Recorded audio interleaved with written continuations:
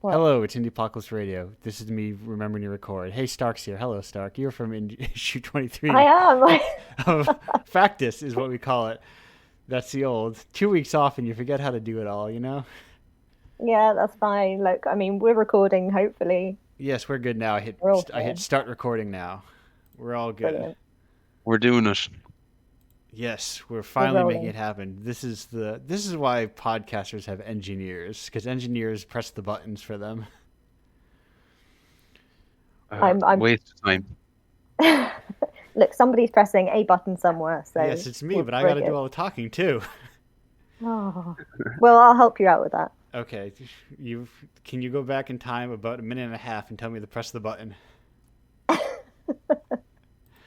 In another reality, I'll do that. That'll be Okay, fine. I hope it all works out for the other reality. Yeah, Speaking of great. this reality, I got to add the new cover in. Sark, I have to ask you a very important question that I ask all guests here on this show, which is, how Fire did you away. hear about Indiepocalypse? Through Itch, I think. Oh, just I the natural yeah, way.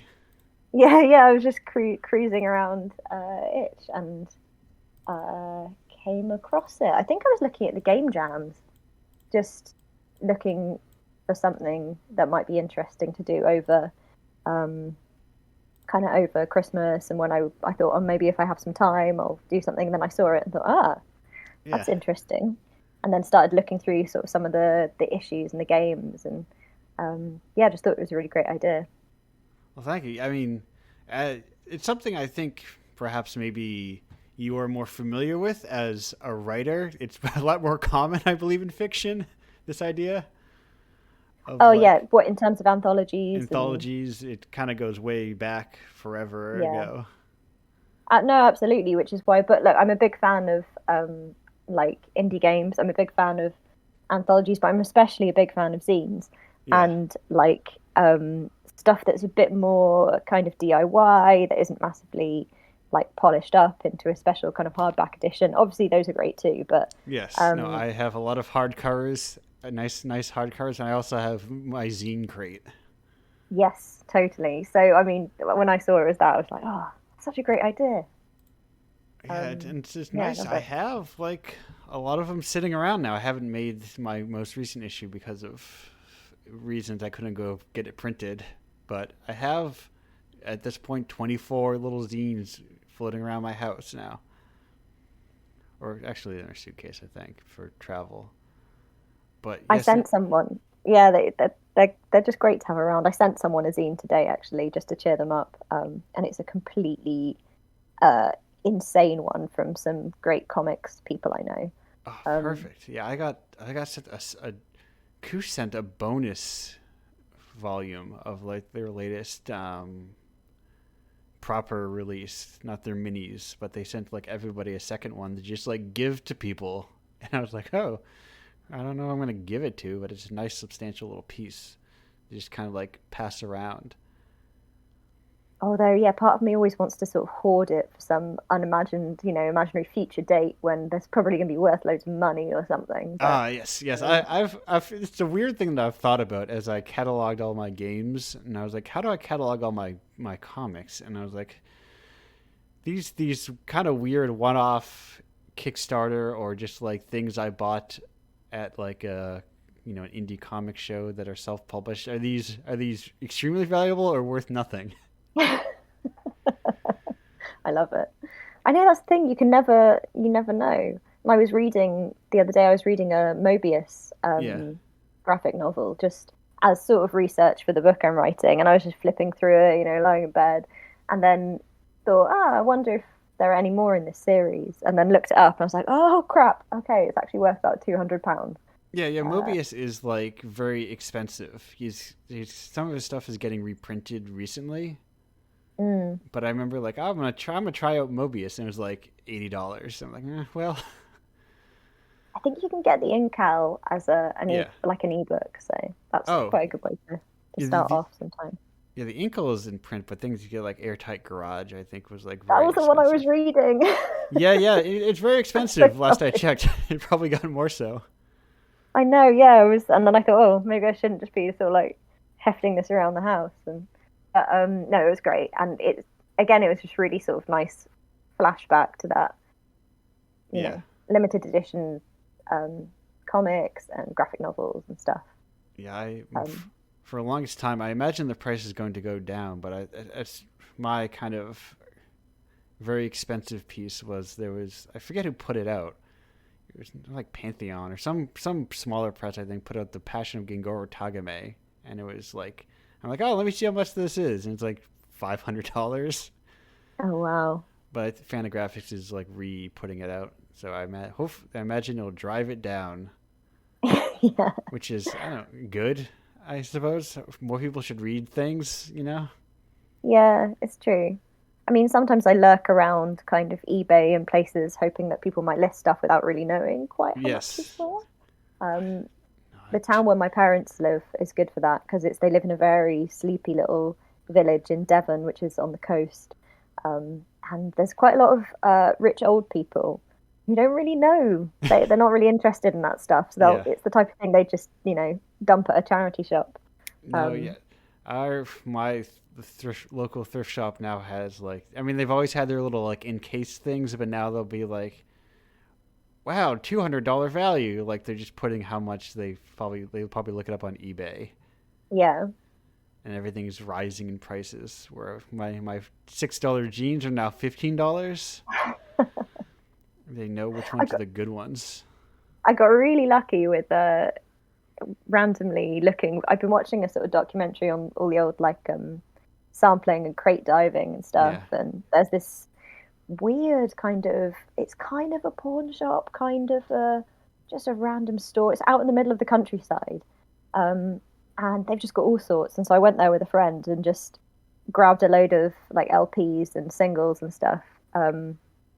Just ones I thought looked interesting. They were 50p each, and got back and looked them up on Discogs, and yeah, one was like 60 quid or something. Yeah. No, That was there. the one time I've got lucky with that stuff. No, it's well picked around these parts. The only yeah records are just like if you want real like original cast productions or whatever, those kind of double box sort of things Hmm. that were I guess the kind of records people listened to when records were coming out Yeah. before it became more specialized.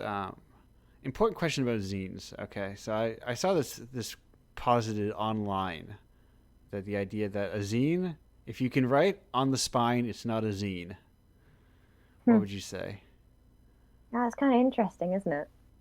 It kind of goes back to the format as well. Yeah, Like the staples, are the staples important? Because it's something you can do yourself. right. Um, My original zine I put out, I stapled myself with my long arm stapler. yeah. I wonder if it is so. It's interesting because stuff's changing so fast in terms of like print on demand, Yeah, that you can actually make these things. I don't. I think there's something to do with the cheapness of the means of production, in terms of making it more accessible. So maybe it's like a kind of virtual staple in that regard. right. Like you have to be able to, even if it's online, like kind of PDF. Yeah, theoretically somebody could print it out and staple it themselves at home.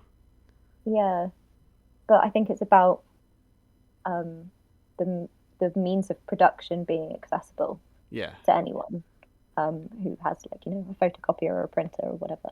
most of us can't saddle stitch at home. Yeah, yeah.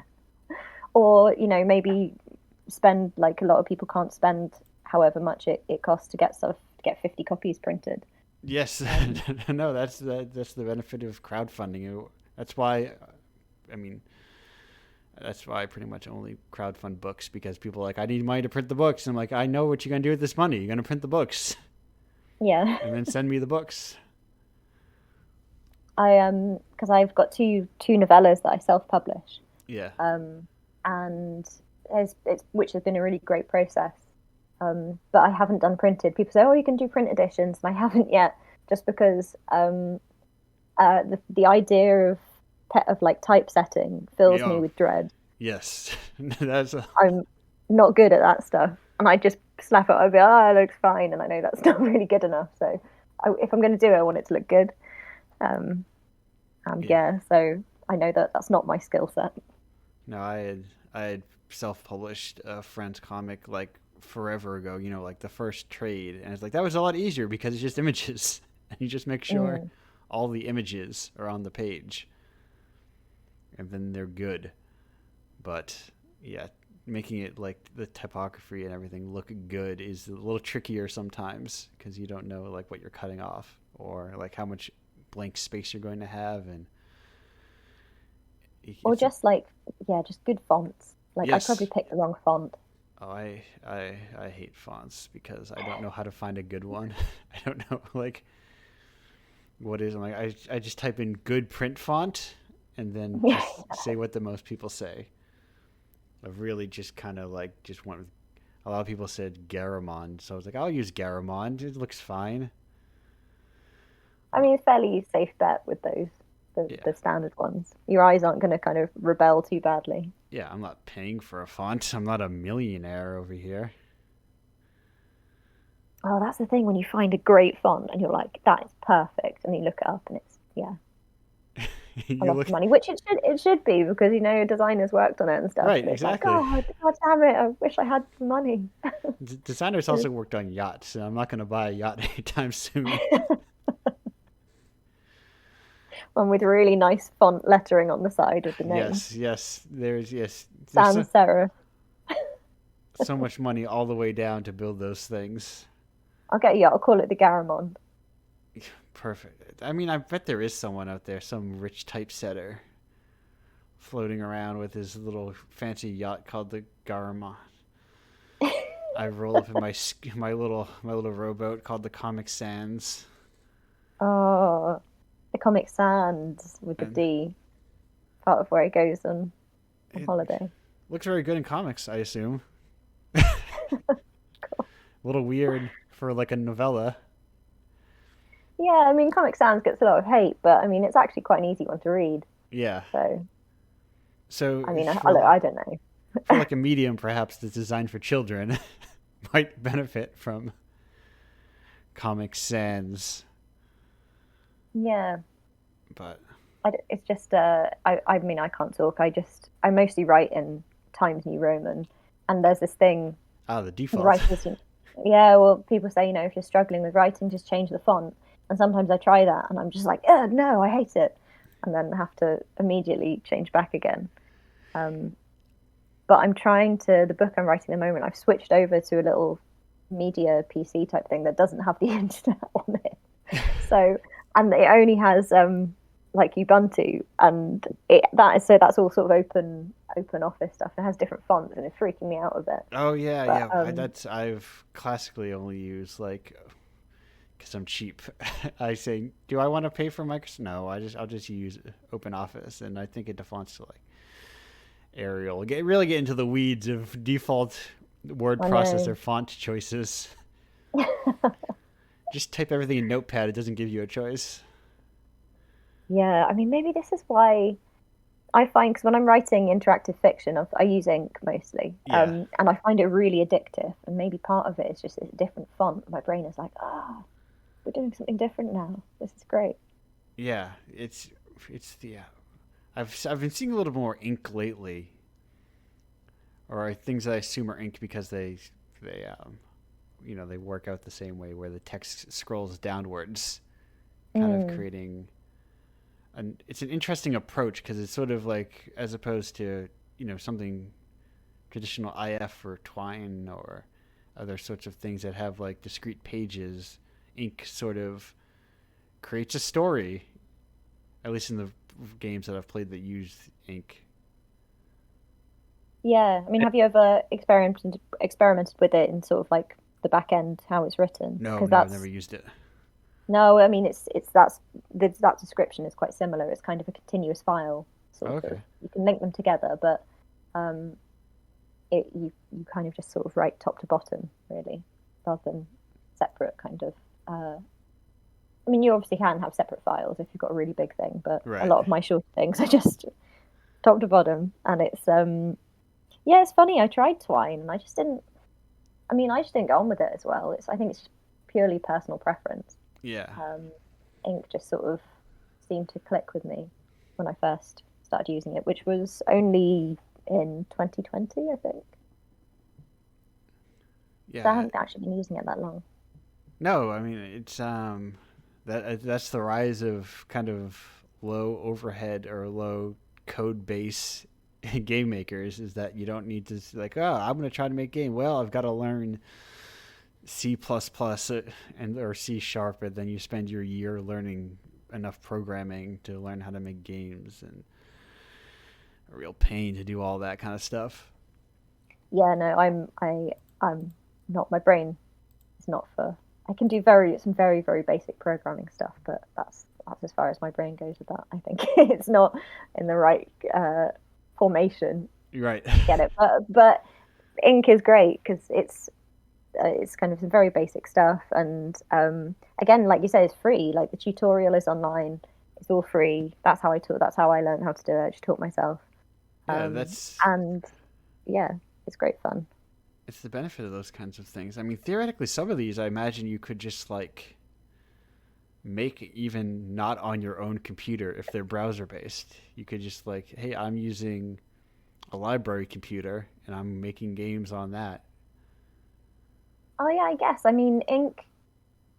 I don't think it is. I mean, Yeah, definitely downloaded Ink, but I know they have Inkle Writer, which is browser based. I think that's slightly different. right. Um, but again, similar system. And yeah, absolutely. I mean, I love it for what it does. And then when I did, one of the first things I did after learning it was Ink Jam, um, which is everyone writing stuff in ink, and that was great because just seeing like the complete and this bit like the zine, right, is like Indiepocalypse. You see the Yeah, range of stuff people are doing, and like completely different, completely different lengths, different styles, and that was really good. It was kind of a great introduction to what you can do, um, yeah. and what people, That's yeah, I mean that's why I make it because I think there's so much game design is so broad, even like within the very specific like avenue of hey, we are making games in ink over this period of time. Maybe we have a theme, and then all those games are still so drastically different from each other. yeah.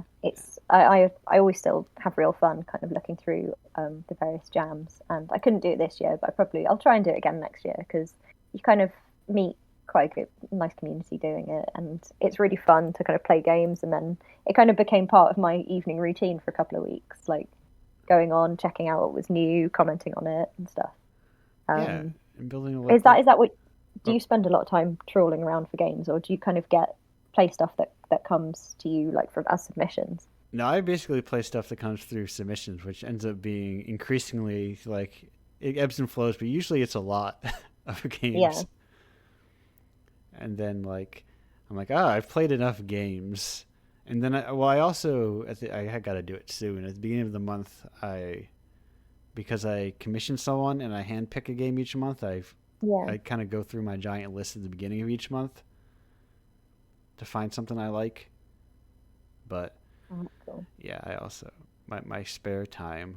I'm like, let's get away from the games. I can't only you gotta have a richer artistic palette, you know? Yeah, it's true. It's true. It's really hard. I remember a few years ago, I went out for, I don't know, I think it was lunch or something with my editor, and I was talking about what I was writing, and she said, "Oh, well, enough about work. What else have you been doing?" And I just, I just stared at her. Like, what do you mean?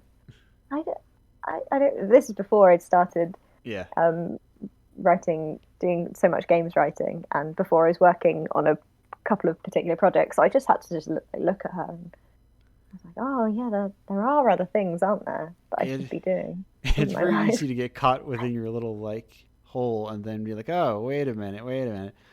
There then all it takes is like a little other piece of art to be like, "Oh, wait, I'm recontextualizing my everything now because I stopped working for a second, which is the tricky thing to do because everyone wants you to be Oh yeah, you got to work now. You have to be 30 under 30. Are you Stark, are you a 30 under 30? Have you I'm made it? not. No, I'm a, I mean, well, I had my first book published when I was 25 or 26, And Forbes did not but give you the call. they did no, they didn't. Well, I mean, it was a weird niche book, so I don't think no one was gonna. I You don't know. I keep, that's the one I keep thinking. Maybe in like 10 years' time, it will come back and it'll be perfect. You'll fine. be yes. That I mean, that's the that's the weird nature of art. I was thinking recently about I took like in college I took like a one of my culture courses was like rock and pop music 101, and the guy was like he was going through and it was one of those giant like auditorium like Yeah, theater seating kind of courses. We only have 4 tests because I'm not doing assignments because there's 200 students. And I remember him saying like talking about the idea of like, hey, what's popular and what sells well is such a poor metric of cultural relevance in art. And he was talking about like Sugar Sugar by the Archies was like the number one song or whatever of that year, and it's a dumb band by a cartoon group. yeah. I mean, yeah, yeah. You kind of can't really get hung up on that stuff, and it's difficult. You get it in books as well. Um, in terms of a lot of the success is often um, based on marketing spend, Yeah, um, being and that's the right yeah. author, and then or like ghostwriting for the right author in some cases. I got offered a ghostwriting job once. I turned it down. you didn't want to be you didn't want to be like in small text of the front cover of the next Tom Clancy book. I don't even think they do that. I think it's you don't really get. But no, it was for someone. I can't really say who it was, but Yeah, it was for someone I wasn't a massive fan of. So that was an easy no. right. No. That's so weird. I feel like it's in some cases it is prominent, but it's very weird to see like of whatever like a Tom Clancy book and then written by this person. Yeah, It's like well, what's their book at that point? And I know. fiction. I mean, I think that's great. Put the ghostwriter on the cover, and like this thing with translations, I always think they should have the translator on the cover because by that point it's as much the translator's book Yeah. as the author's. Oh, crediting an art is a whole Yeah. Oh no. it's a whole other thing, and like It is. each medium has its own little treat of who's getting screwed over by cover by crediting. Oh yes, We should just have it definitely. all like a film and television where everyone's just at the end. Nobody's left out. Just you'd like scan it with a QR code, and then you can sit back and watch Yeah. the trailer. Although I wonder if they do. Um, I feel like film and television are probably better about it because they have all their guilds and unions as opposed to like game Mm. development where it's like I worked on the game for 3 weeks and then they cut me out of the credits, or I worked on the game for 6 months and then they cut me out of the credits because I quit. Yeah, it's interesting. I don't really know, But but my yeah, go on. I feel like because they have like their guilds for every media for every like specialization over there that have been around for so long. I like to think that theoretically they don't have the same crediting issues, but who knows? Do you Yeah, I do don't you, know. My favorite credit that I've had on a game was my partner's a sound designer and composer, and he does a lot of music and sound effects, and so I have a credit on a game which is Sheep Wrangler, which is he needed some sheep sounds one day, and we were out in the countryside somewhere. There were some sheep, but they weren't making any noise, and so he was like, "Go into that field and go like make noises at them until they say something." And so I just had to sort of hang over the fence and like, make ma ba noise at them until they eventually started like responding. And they'd always do it in a chorus, and there was always one at the back that'd be like, "Meh," just joining in right at the end. what a That was nice. I got credit yes for no it's my role. you've got me thinking about sheep crowd dynamics and like what is like sheep in groups and why is that one little sheep in the back with the I know. It was like it was sort of like Clive or something who always stands apart and is like, yeah. I'm That's here right. too. Oh, oh crap! You guys, Cool. I was eating grass. Why? You wait for me. Yeah, what? But yeah, so that was my my experience of game credit so far. More game credits than I've got. Well, a lot of the stuff I do is kind of white label for the smaller jobs I do is white label for an indie studio, well, for Right. a game studio. So I don't think I get credited on those, but that's kind of all right because um, it's mostly their stuff, and then Yeah. I get paid, so that's fine. Yes. Let's pay, money is the ultimate credit. It's a very That's nice credit. it's it's the most important credit I can ever receive. But I mean, oh, in terms of money, I think it's great. So I don't know. I guess people listening to this will know that you pay for the submissions, oh yes, yes, I pay everything, which everybody. which is so important. Like it's yeah, it's a huge thing in short story writing as well, and a lot of places. It's difficult when they don't have the staff or don't have the budget, but I do think it's important that people should be paid for creative work. Yeah, even I think. I mean, I put my payment up front. It's not very much, but I think like it's important to normalize that sort of thing. That people should get paid, even if it's like a token amount. It's more than zero, Mm. and then like hopefully the long tail will pay off to be $40 even or something. No, I think that's absolutely right, and it's the some of the I mean, my itch stuff, I tend to put it up for free, and Yeah. that's as much a kind of it's it's mostly because I do it for fun, and it's Right. kind of stuff I write for me anyway. And if people want to play it, that's great. But I'm thinking of doing like a kind of interactive fiction series that's kind of like a serial, Yeah. um, and that is something I probably would charge for, just because I'd see it as more kind of in line with a kind of a longer ongoing project Right. Yeah, even if than you, something. yeah, because now I'm already the second you said it, I'm already thinking about like, well, what if you do the first one free and then you do the other ones, whatever. I know, Like, yeah. like once you start charging for things, your business mind has to turn on, and you have to start thinking about all that sorts of stuff. But when you put something up for free, it's like, oh, people can just play it. I don't have to obsess over whether people bought it or not. It is interesting.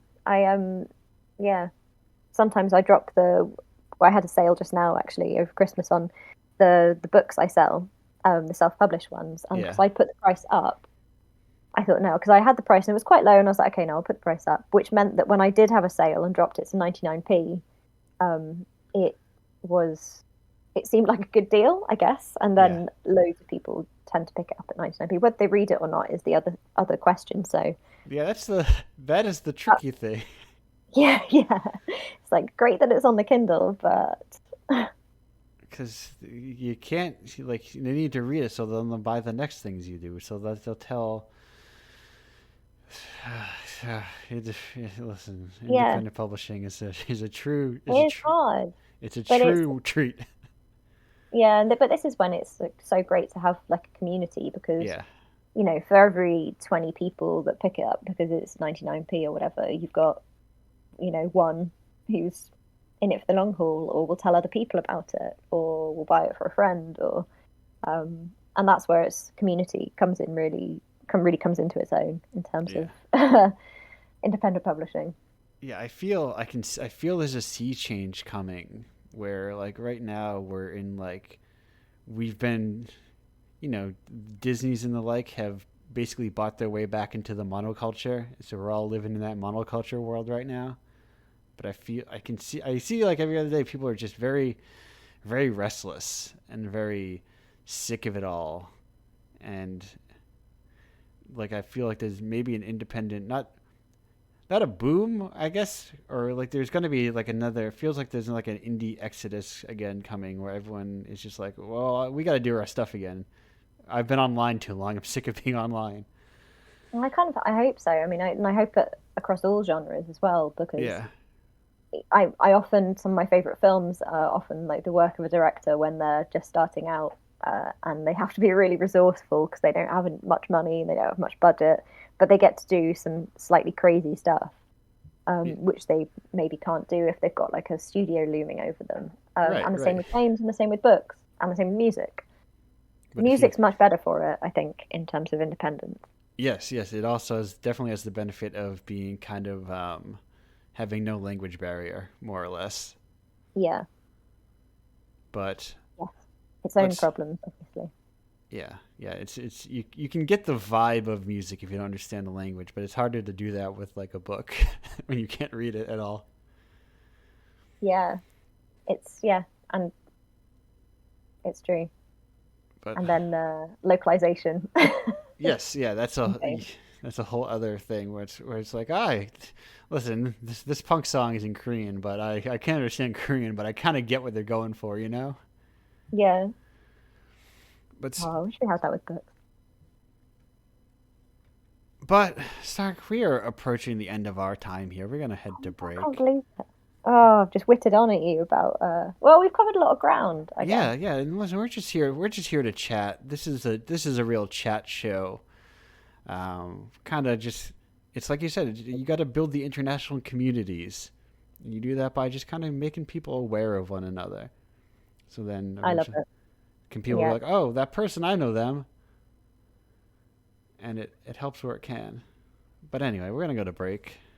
Um, I gotta find my thing. There you are. We'll be back in like 2:20. Sark, thanks for being here, and we'll be back with our Cheers. next guest very soon. Woo. Goodbye. Bye. Okay, I'll shut up. We'll Hello, get and that. welcome back to Indiepocalypse Radio. That was for the people who were playing my version of Hangman. The listening letter was a U of Husker Du's "I'll Never Forgive You."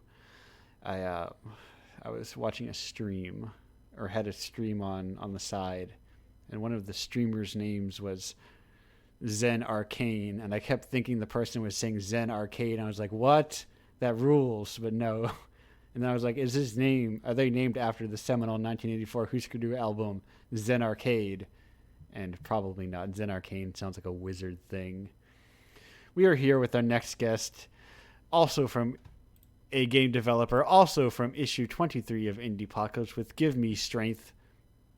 I hope the pause to emphasize that there is a period at the end of that. Is James Poole. James, how are you doing? Oh, I'm fantastic, and I appreciate the acknowledgement of the full stop. Yeah, that's It's important to properly convey text, whether it be an exclamation point, a period, or an interrobang. We need to get it all across.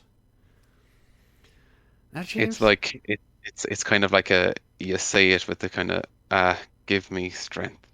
It's like Yes. it's kind of in an exhale, and that's the full stop then. That was my intent, and I'm glad I got it across the best that I could. James, important question. Zen Arcane, do you think it was a wizard thing, or do you think it was referencing Husker Du? Then Arcane, I am going to be honest with you, and I don't know what that is. Neither do I. I mean, it's a username of a streamer that I had. I do not know them, but their name was Oh, being okay, I see. spoken. Do you think they got their Oh, okay. name as like as like they're a Zen Arcane, as in they're like a very Zen wizard? Yeah, Or that's what I would go with, that yeah, they are at peace with the fact that they're a wizard. we had a real wizard period for a little while. Can you believe that? Everyone was thinking about our pal. Oh God, Sauron. Everyone had Sauron on the brain for a long time. Him and his Oh, and orbs.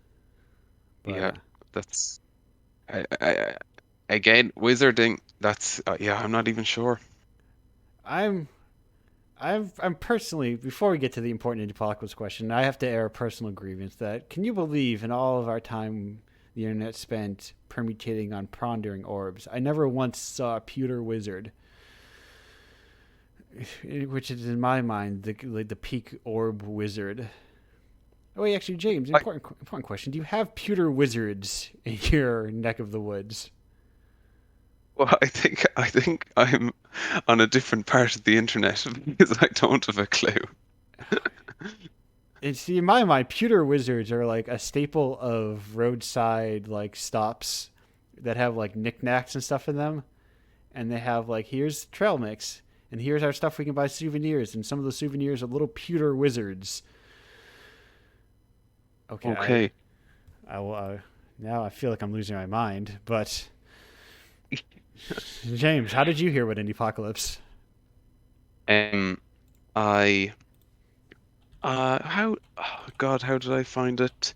I think the first time I came across it was when you had a poem game on from what was it called? Um, Novena, I think, from Cecil Yes, Richard. yes, that's Um, early on. I think. I mean, relatively speaking, at that point, that's almost like that's in year one. We're in year three coming up soon. are we? Oh my Yes, God. yeah, Because that doesn't even feel very long ago when I found that. But uh, yeah, I like her work a lot and came across it through that, and um, I do keep an eye on it, keep because it's interesting to see. There's always interesting things popping up in it, and it's a good way of just because it's often overwhelming trying to keep up with different indie games. There's so many. yeah. Um, so it's a nice way of doing that. James, how would it feel if I told you that Novena was in Indiepocalypse 14 months ago? 14 months ago. Well, it actually probably it makes sense because like the last 2 years have just been mulch. So uh that that aligns with the mulch of time. What? Speaking of mulch, I got a mulcher recently, and I want to use it, but it keeps raining, and I'm kind of disappointed. Like a lawnmower mulcher. No, it's like a big barrel that you throw all your leaves into. I'm gonna make a big Oh, unreal. compost pile. I have so many fucking leaves, dude. They're everywhere. The Yeah, I'm trying to think of Like it's I don't think we don't have those. I think it's too wet to have a mulcher here. We just have we have sheep on the lawn looking after that. So every yeah. now and then Stark comes along and yells over the fence. And And we, then the sheep get back to work. yeah, and then See, I only have turkeys. They just come and eat all the bird food and they shit all over the place. They don't really take care of the leaves. that's class. There was a while there was a certain generation that got very comfortable, so they would just like come up to the door and just like hang out all over the porch. I was like, "What are you guys doing?" Like, Yeah, we don't really have turkeys here. That's interesting to hear. yeah, I mean, we didn't either for a while, and then there's like urban, man took over and started like maybe the forest that they would usually live in became housing developments. And then now we've got them in the yard, just hanging out, generation after generation. A little, they get fat, and then they're it's the little ones again. And then the little ones get fat, and they just mind their own business. I like them though. They're giant monstrosities. Yeah, are they violent? I don't know. As They don't okay. seem it. Maybe they're like kind of used to living with people, but they're like birds. They're generally more scared of you, but they're huge, so they can't like fly away. Though they can fly, just not very Okay. well. Um, but yeah, I was thinking about Indie Apocalypse of the over the last while, and I was wondering have has kind of type of games that you've been choosing, have you felt like your tastes have changed since you started it, or um, are you still kind of on the same page as where you are from the start? Um, I think I'm so a little back. I'm just a real indie guy. I'm a real pretentious indie guy. So I guess I'm getting like even deeper into everything as I've gone on doing this. Hmm. Um, I've now like almost exclusively swapped over to just like Bandcamp in terms of like where I get music, for instance. I'm Hmm. I'm I have like almost 500. I'm kind of working through my giant bookmark list, and I'm kind of getting closer. And I haven't played video games in actually like a very long time. Like, commercially released whatever triple A, double A, triple I, whatever video games, and aside from the Final Fantasy that the people play. But Yeah, it's been a wee while for me as well. I haven't um I think I go through phases of um playing a lot and not. And I think I played a lot of games and then I came away from that little period of going, "Oh my God, I want to do this myself now. I've lots of ideas." And then yeah, I spent a while kind of just spending far too much time trying to make games, and now I've kind of taken a pause again, and I think I'm gonna start looking around just to kind of. I find it quite inspiring to see what other people are working on. yeah, I do it the opposite where I take when I'm looking for inspiration, I look outside of games or I look for very old games. Like Yeah. I don't go often go to like contemporary influences because everybody else is already looking at contemporary influences. And I'm Mhm. like, well, what is this game, this Japan only game on the Super Nintendo? What do they do? And like looking for weirder things.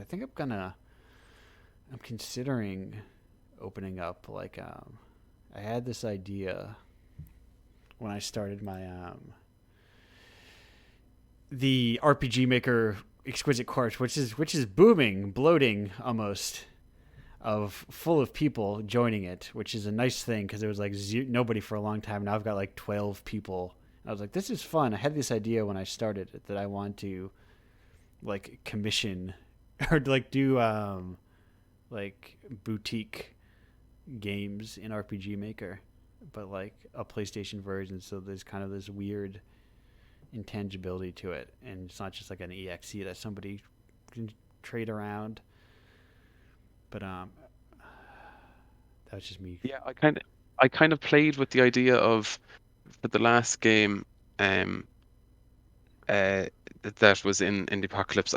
I played with the idea of, oh, what if I did a physical release for this? Because it's for some reason I thought that was slightly an interesting idea because it's not often that you come Yeah, across like a physic, and then it doesn't have to be a disc. It could be like a little cardboard box with some accompanying content, or just having something kind of physical with, or yeah, try to rethink the concept of what is a physical game, or what can you do with that. I think that's quite interesting. And then you've also got things like Pico 8, yeah, and like I want to make a little handheld electronic thing that plays those games. That'd be cool.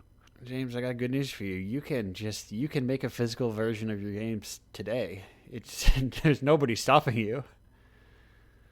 Oh yeah, I know. Yeah, That's the only thing that's stopping me is me. But yeah, I like to think about those kind of things. It's yeah. it's really interesting. No, I was actually recently thinking about that thing, exact thing. Like, well, what if I could print? Like, I have a burner, and I can just like burn issues of Indiepocalypse to DVDs. Like, I thought about because I've done local events to sell things, and I was like, I give them a like a code on a postcard. But what if I also just gave them? How many people have DVD drives on their computer anymore? Are they phasing those out?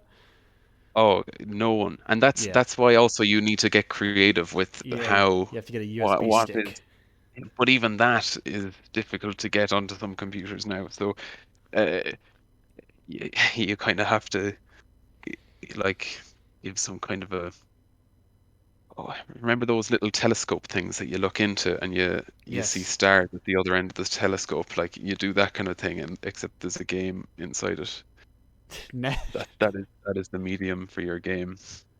Yeah, I mean, listen, there's no rules in what a game can or cannot be, and especially because it's like, uh, you know, this is what I'm talking about. I mean, you're really driving home when I was like, people are getting restless and they're getting like sick of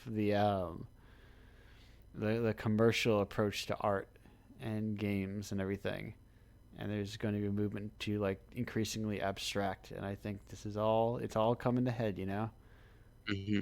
And even I was interested listening to you talk about zines because you know a lot more about zines than me, but I quite like the idea of it to kind of build the world or around a thing. Like you can kind of, for example, in Depocalypse, and then we were encouraged to add a page to the zine, and then that was kind of making me go like, oh, okay, what is it that I want to put on paper that kind of might add to the world of Yeah. this thing? Um, which is a difficult thing to answer.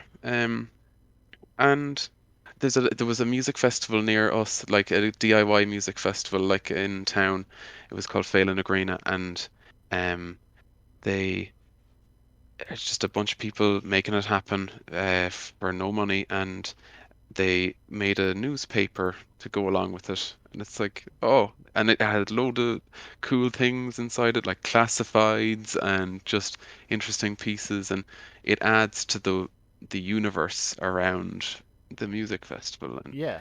uh, I think that's super cool. Thinking about other ways of Yeah. making it feel neat. Yeah, and like Stark was saying, you know, zines are free. They're very easy for people to make. You know, they're Yeah, you don't need a lot of stuff. All you basically need is like a printer, access to a printer and a stapler, maybe a long arm stapler, depending on how big you want to make your zine, or even not. I stapled the zine with a tiny stapler. It just was awkward when you open it. and maybe it doesn't even need a stapler. You Yeah, can get an A4 piece of paper and fold it in half, yeah. and I mean, away you go. there's a way to cut a paper and make a mini zine using just a single A4 piece of paper and just make a little 8 pager. I think it's it. Yeah. Yeah, like a little 8 pager. I have some of them have been in Indiepocalypse before. They're a neat little thing to make. The idea being that you could just cut it out of the zine itself, and then you would have a zine of your own that you just got inside of the zine, and zines on zines on zines. Um, yeah. Have you come across any other interesting things that kind of have come along with games or anything like that recently? What do you mean? Things Like that. kind of Oh, like a zine or like something yeah. that kind of adds to the experience of the game, but isn't necessarily an EXE.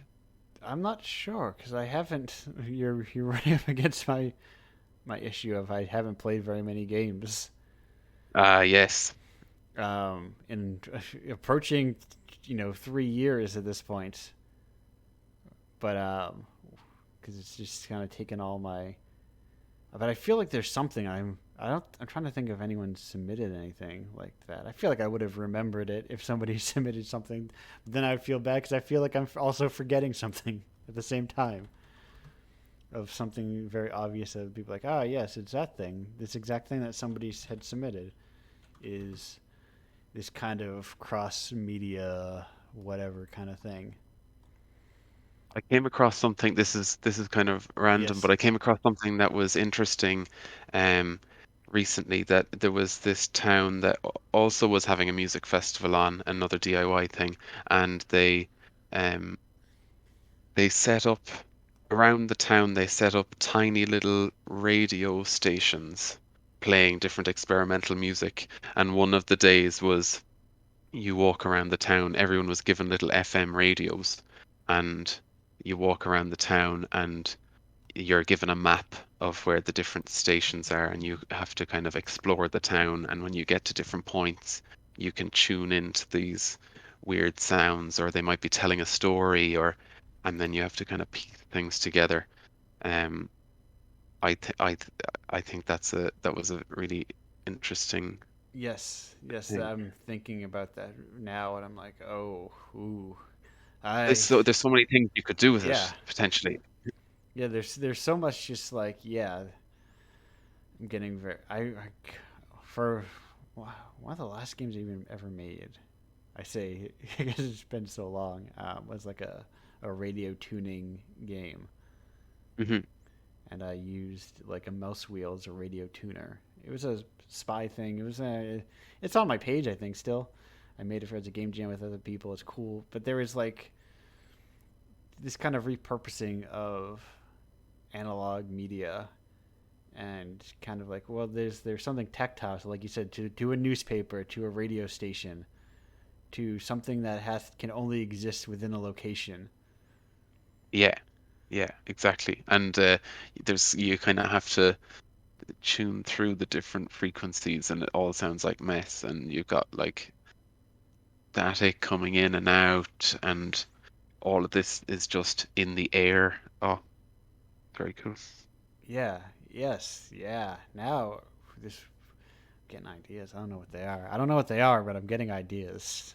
Yeah, no, and I never know what they are either, but I like thinking about those kind of things. Yeah, but there's that feeling in your soul that feels like an idea, and you don't know what it is yet, but it feels like there's something in there. But You could create some kind of a puzzle game based in the real world yeah, that you need to go around the place and figure out some kind of a mystery. yeah.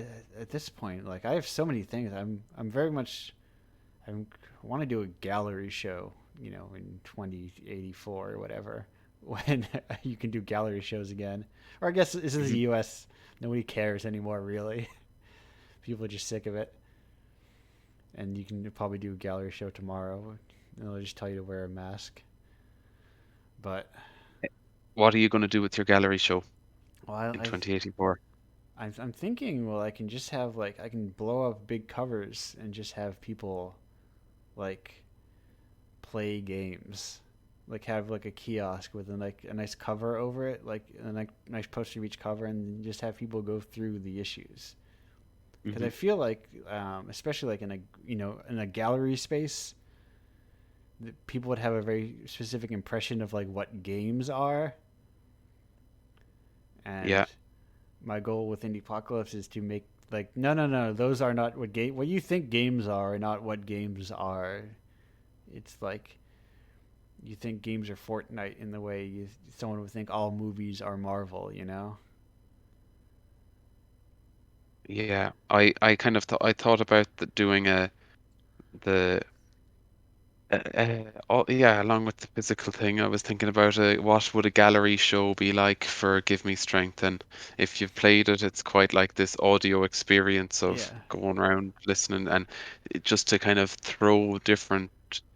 What would it be like if you made it into a space? You could like have different loads of different sound points, and uh, Right. Do yeah, you try to recreate it in physical space with actors or with mannequins or yeah. I was kind of thinking about yeah, the mannequin-y kind of things, just kind of either placed around or moving around with Raspberry Pi robot-y leg or wheel things, yeah. or oh yeah, I don't know. I remember when I think this was one of the few times I've kind of like tipped my hand in my selection process, like during the selection process, where I like vaguely alluded to give me strength. Because I remember playing when I was playing through, I was like, you know, it felt like the epitome of my frustration with people's approaches to like games, indie games. Because I was like, if fucking Batman was like, I'm in a scarecrow dream, and it's just like it was just literally play, give me strength. People would be like, oh my god, this is the greatest game of all time, best game of the year. But fucking get people to play an indie game on itch. It's like it doesn't have Batman in it. Why would I play it? And it's kind of What were your thoughts on it? Do you no, have I a liked it a lot. opinion? That was my thought. I was like, oh, this is like it feels like adjacent to like whenever people get very excited. It reminds me when people get excited about like games that do anything that's like mildly different. They get very excited, like, oh, look at this! It did something that is not running and shooting. Yeah, when I'm making things myself, I feel like I'm unable to actually make a real game. Yeah, I anything I've done. has no I don't know, I can't do a mechanic. Right. Yeah. No, I Uh, I have very similar issues where I was like, well, if I just do a mechanic, I it's my issue with where I have to like it has to very much tie into the narrative, and they have to like intermingle with each other very meaningfully. So it's like, well, it doesn't make sense for you just to run and shoot for a bunch and then you do something else and then you run and shoot for a bunch and then a guy talks to you and that's the story. They have to be like interwoven and you have to get the character conveyed within the running and the shooting, and it's all yeah, it's all like putting undue work upon myself. because for this one, I kind of had the thought of like making this audio space of just like let's just take all of our thoughts and just put it into it's never coherent, put it into one space and just have you walking through this mess of thoughts. Yeah. And it it was quite interesting. I sat in front of a microphone for hours just talking nonsense, and it was good fun, and it kind of led to different kind of things that I wasn't really expecting, where you Yeah. just kind of ramble at the players, kind of saying, "Go on, I don't want you in this level anymore. Just keep moving on. You're not supposed to be here." Um, Right. Yeah. and I thought that was kind of interesting. I hadn't really, and also you don't really hear Irish accents in games, so I thought No. that was kind of rooted in some way. Yeah. Um, but uh, yeah, what was kind of risky about the thing is that I spent about a year working on that tiny game, but and I spent ages building the world around it. I knew I was going to put the audio in afterwards, but I was kind of always just praying, oh, please, um, I hope this works Right. when I do the audio, and that was a bit of a risk, and maybe it did work, maybe it didn't work, but I was happy with how it turned out in the Yeah. end, and um. Uh, At least and I'll say, at yeah, least in my perspective, it worked. It worked quite effectively. Big um, fan around these parts, but oh, thank you. And where are those? Where are those parts? Where in America are you? I'm in New England. New England. Oh New wow. England. Is there much of an indie scene around you, or do you know many game developers in your Eh, area? Is that much eh, of a thing? I'm very, very, very like conflicted about my personal indie scene. Um, Game development, that is, mostly because it Okay. feels like they are very nice people, but they're not doing the same kind of stuff I'm doing or interested in the same kind of stuff I'm doing. Generally speaking, they're more like making video games, Hmm. and I am just like a little art weirdo. They're Uh, making video games with mechanic. Oh, Mechanics and payment structures and like gameplay loops, that all that good stuff the gamers love, and I'm like, no, I like games that are just kind of like they have a soul in them. I I I I played one recently. Listeners of the show will get a tip off to one of the games I selected next issue. I was playing one. It was like kind of like a diary and a thesis, or like a an essay, or someone just it was. I kind of love messy stuff where there are people in it. yeah, because often in games, yeah, this is another thought. In games, for whatever reason, developers don't like to um put themselves forward, or kind Yeah. of there's often a name of like, oh, this studio made this, or this kind of and it might only be one person, but they Yes. kind of put a different name on it.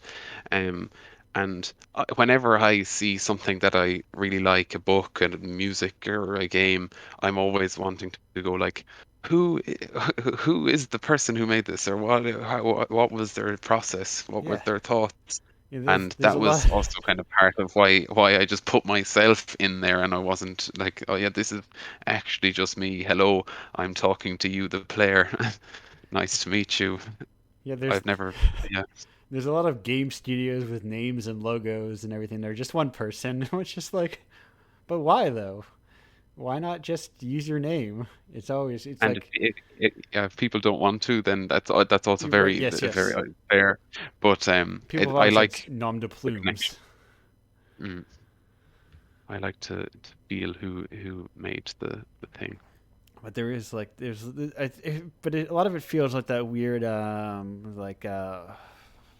like you feel legitimate when you have a logo and a name and everything, where it's like that corporate rundown of that like culture within games of like, well, you got to have a studio and a social media presence, and you have to file away all the aspects of your humanity to make a viable product for 2022. I'm thinking of I'm just going to be that. I should transition to just being that kind of Twitter account that just like is like whenever there's a meme, I'm gonna sweatily just like talk about our thing though, ponder Indiepocalypse, and uh, if I can even saying that, I can feel the sweat coming off of those accounts. It's I don't know. It's yeah, sure. I'm always But bad at also, yeah, if let them do their yeah. whatever they want. It's like you can exist in yeah yeah. Yeah, I God, think I think there's you a can there's a exist in pressure your to own space. the they're like this is the right way to do things and this is the proper way to approach art or something. And I don't know. I'm tired. I'm just tired. Yeah, Uh, it, it can be exhausting thinking about those kind of things. but we are James. You and I, our time spent here together is coming to a close. We've crested upon the end of our time, and I'm going to find the correct window so we can go to a break. But thanks for being here with me, James. You'll be back in like another two. Oh, this one's 222. Very close to the first one. A very similar number. Really living in the 220s in this show. Yeah, this is what happens when I don't shut up. No, no, I'm talking about the length of the song. But no, this show is all about. Listen, I am the king, not shut up around these parts. You're gonna have to. You got some stiff competition. But anyway, we'll be back. Stark will be back with the rest of us in this thing. James, thanks for being here. Oh, appreciate it. Oh, you'll be sticking around, but be back in 222. Goodbye for now.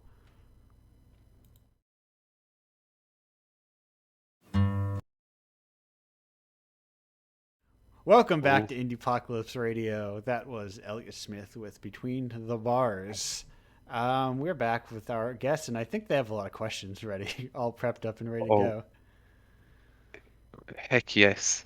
Um, Yes, sure. I I'm gonna Stark, you were talking about ink and things like that, and I know you're also working on another book, and uh, do you find your process is different working with ink versus normal, or like kind of game writing versus uh, book writing? How do you find that going between the two, or?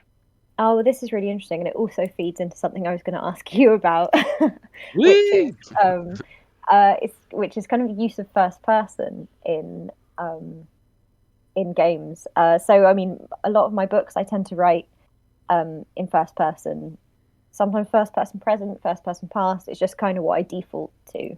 Occasionally, Mhm. I'll write in third, but not very often. And when I first started doing the games writing with ink, it's what I defaulted to is first person.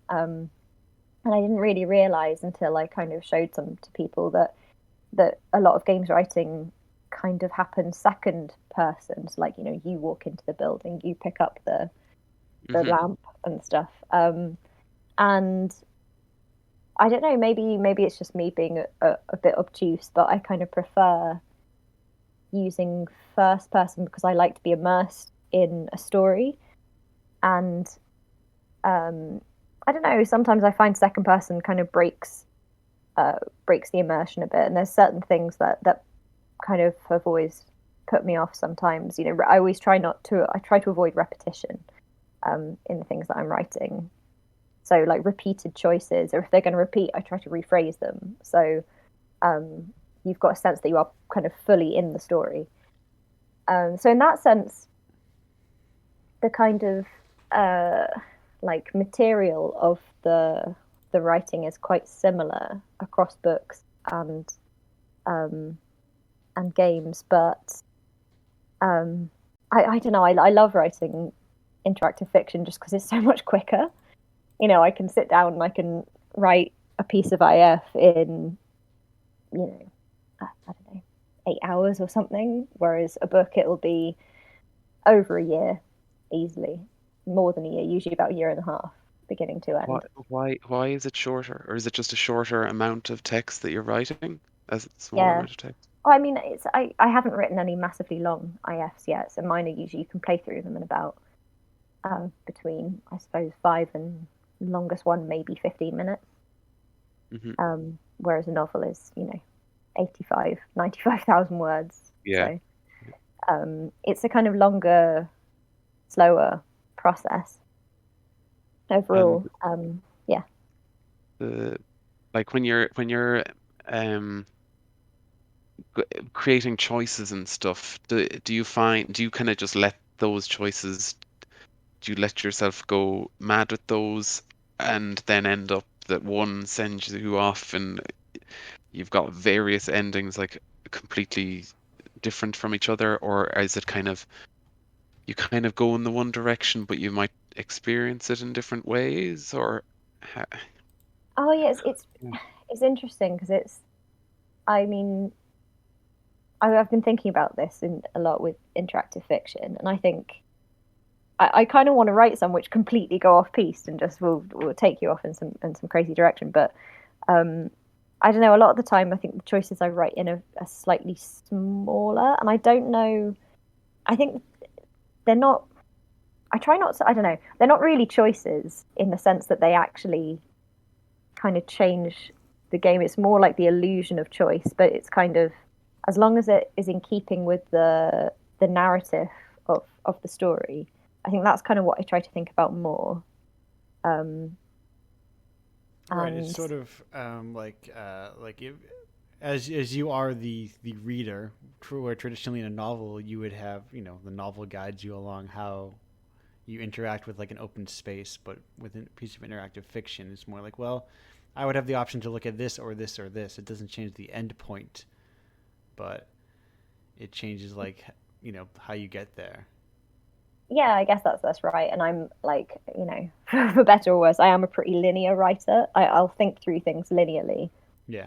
I'm trying to kind of, and next year there's a book I want to write which is not linear, which is going to push me way outside uh, my comfort zone. But I think that's still how I think about the story as an overall thing. But that is kind of brings me back. So, which is why I thought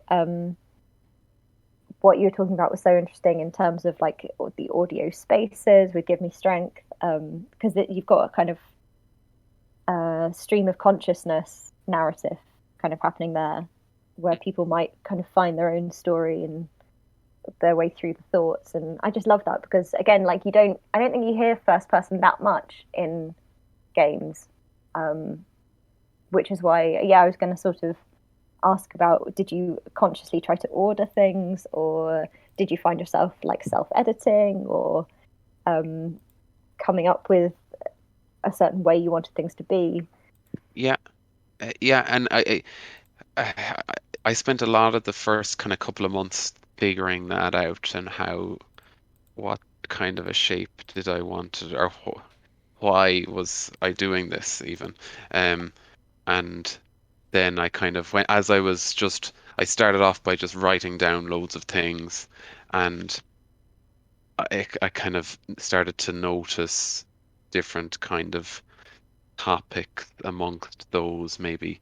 Um, and then decided to put it into or structure the game in different scenes, and each scene kind of was trying to portray some kind of a feeling or something like that.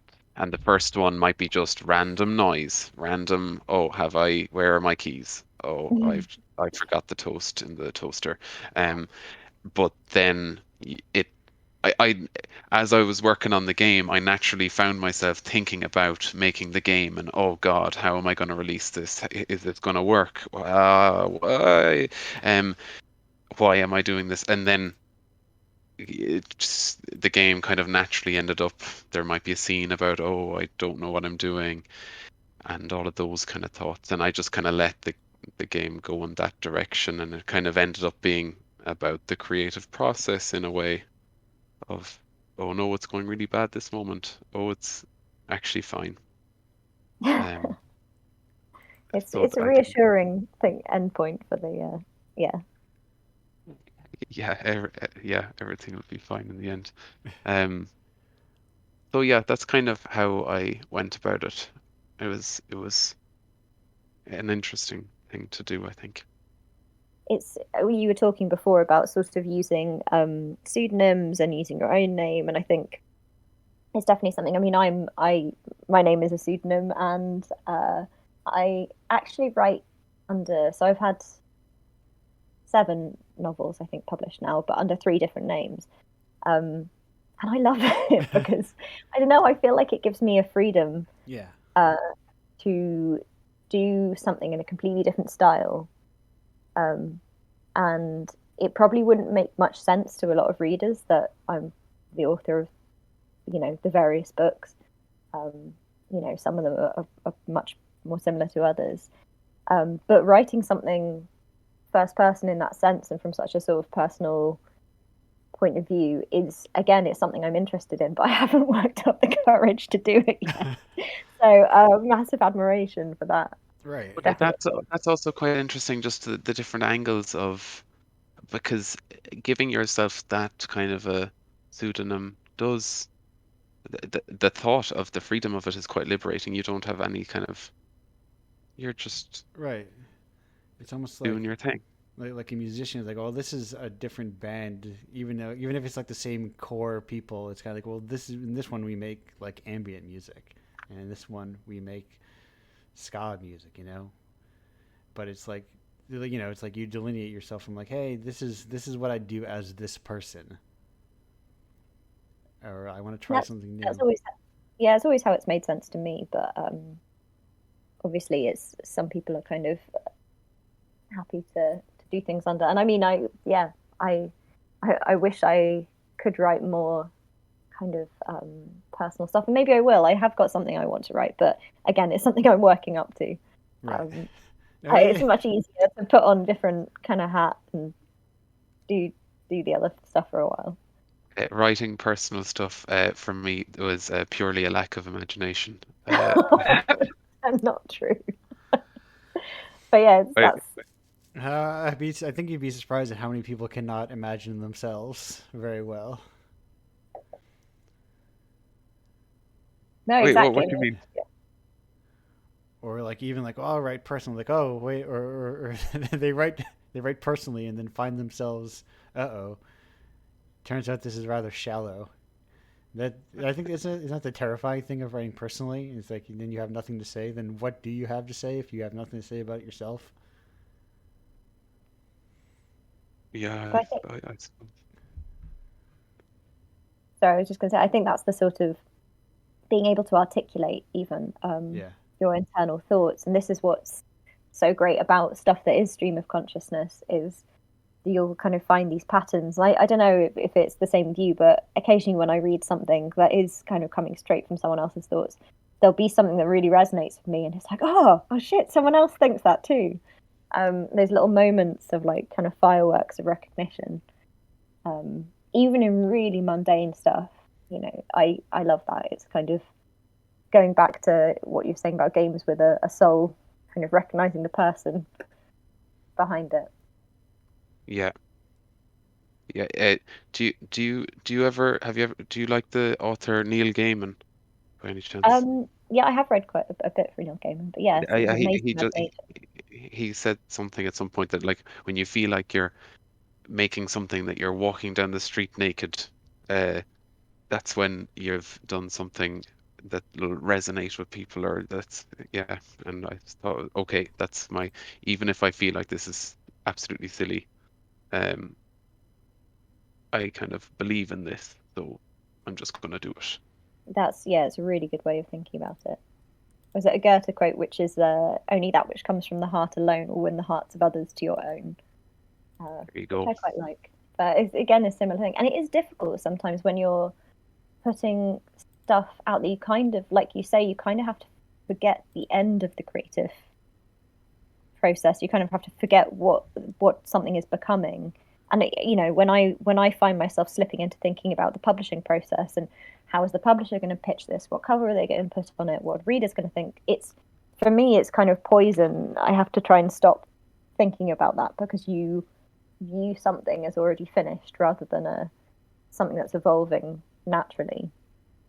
And my latest published book, Ten Low, which is set in the same world that Factus is set in. It's this kind of very forgotten moon at the end of a system where life is very harsh. But I gave it to my grandma to read. Well, actually, she bought it because she wanted to read it. She's 101, and I don't think she's ever read a sci-fi book in her life. But she read it and she liked it. But her boyfriend read it, and he was like, I can't believe you wrote some of that stuff. It's awful. Like, not awful, but like Yeah. the kind of brutal stuff that happens in it. And I think that's one of the difficult things is, family and people might view you one way, but you can't necessarily be that all the time, especially during creative projects. Yes. Sorry. No. I was thinking about I mean, I'm still not convinced that there are those people who actually think that, people who write, I guess people that doesn't exist. The idea of like, oh, you wrote this bad thing, you're a bad person. You wrote a villain. You portrayed a villain. You must condone all their behaviors. That kind of, and I don't think people have become like less media literate. I think there was just less opportunity to hear them about it. Villains are the most fun to write anyway. So. Yeah. Yes, because it's like that, listen, humans all have that kind of impulsive desire within it too. It's kind of like, it's like, what if I, in the middle of this grocery store, just upended my cart and left it all there and just caused unnecessary destruction of nothing for no real purpose. I think secretly I really want to do that because my favorite games are the ones that I can cause like maximum chaos. Yeah. Like secretly. Say I bought the Goose Game, Untitled Goose Game, yeah. but there wasn't enough chaos in it for me. I wanted pure goose chaos, and instead there was a well-crafted puzzle game. Yeah. Listen, I don't know what it is about humans where we're like, oh, we built all this stuff. What if we took all this stuff down that we built? Maybe, who knows? But there is something satisfying about mulching an entire yard full of leaves into like a little pile, to a giant pile. I want to do it so bad. I'm really glad that because I've never. I mean, there are mulches, but yeah, generally here it is just way too wet. Yeah, it'll mulch itself within about 24 hours. Nope. I have to do this because it's been like years and years of it slowly building up, and then the yard getting. It's like, I'll just blow up to the edge of the yard. And it's like, well, the edge of your yard keeps getting smaller because it's like, when you live in a place that doesn't have fences, it just says when your fences are the woods, you can just like, I'll just put all the leaves over there. I don't have to worry about them. Until you realize, oops, they keep on getting closer and closer. I had exactly the same thoughts about Goose Game because like every time I kept going up to that lady's bloody shop and you need to like steal a thing or put the thing in the thing, and it's like I just want to open up my wings and go through the table and just knock everything over and then peg it to the next level. That is absolutely what I wanted to do. And yeah, I was sad that I didn't want to play the puzzle. I just want to rampage around the town.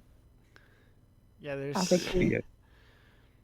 I think my early instance of that was playing Hitman 2 and just like early Hitman because they're simple. They're perhaps similar in structure of open world puzzles with clear objectives, but it's like you just cause inherent chaos because it requires like perfection of execution to do things the proper way. But they're very. I think that's also what that game is kind of like. They know what that is at this point.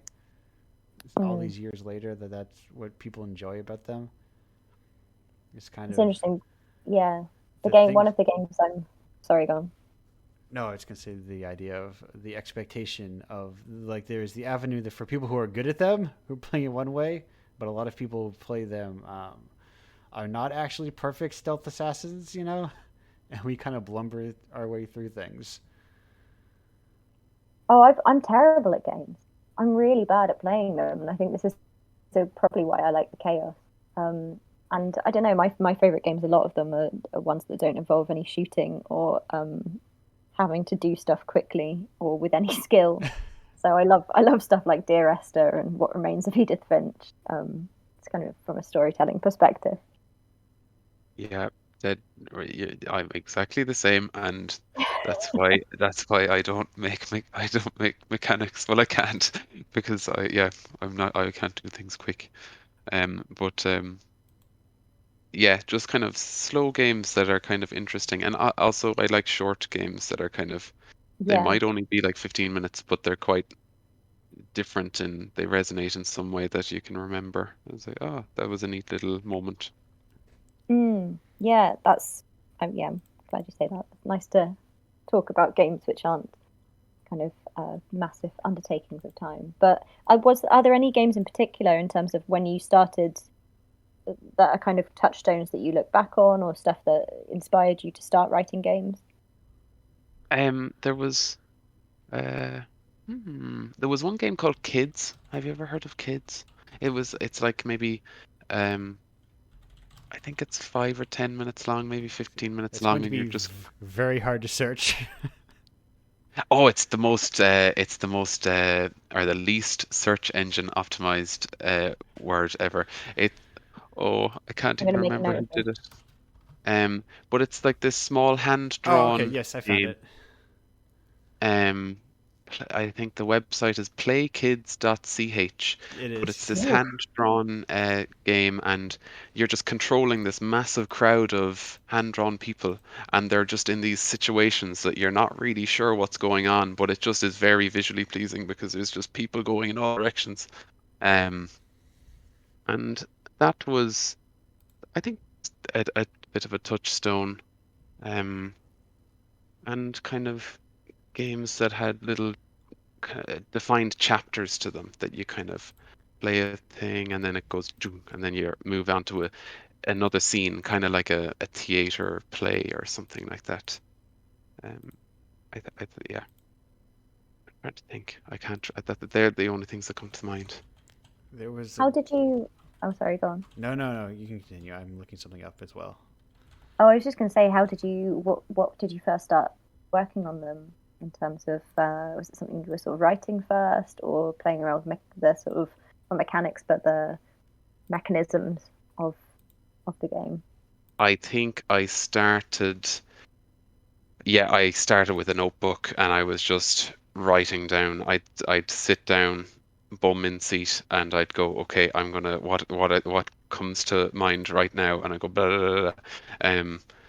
And then I did that for a while, kind of in the background while I was working on something different, and then I tried to get the general kind of thing together of a scene with random people moving around and try and figure out how I can attach individual sounds randomly to each one.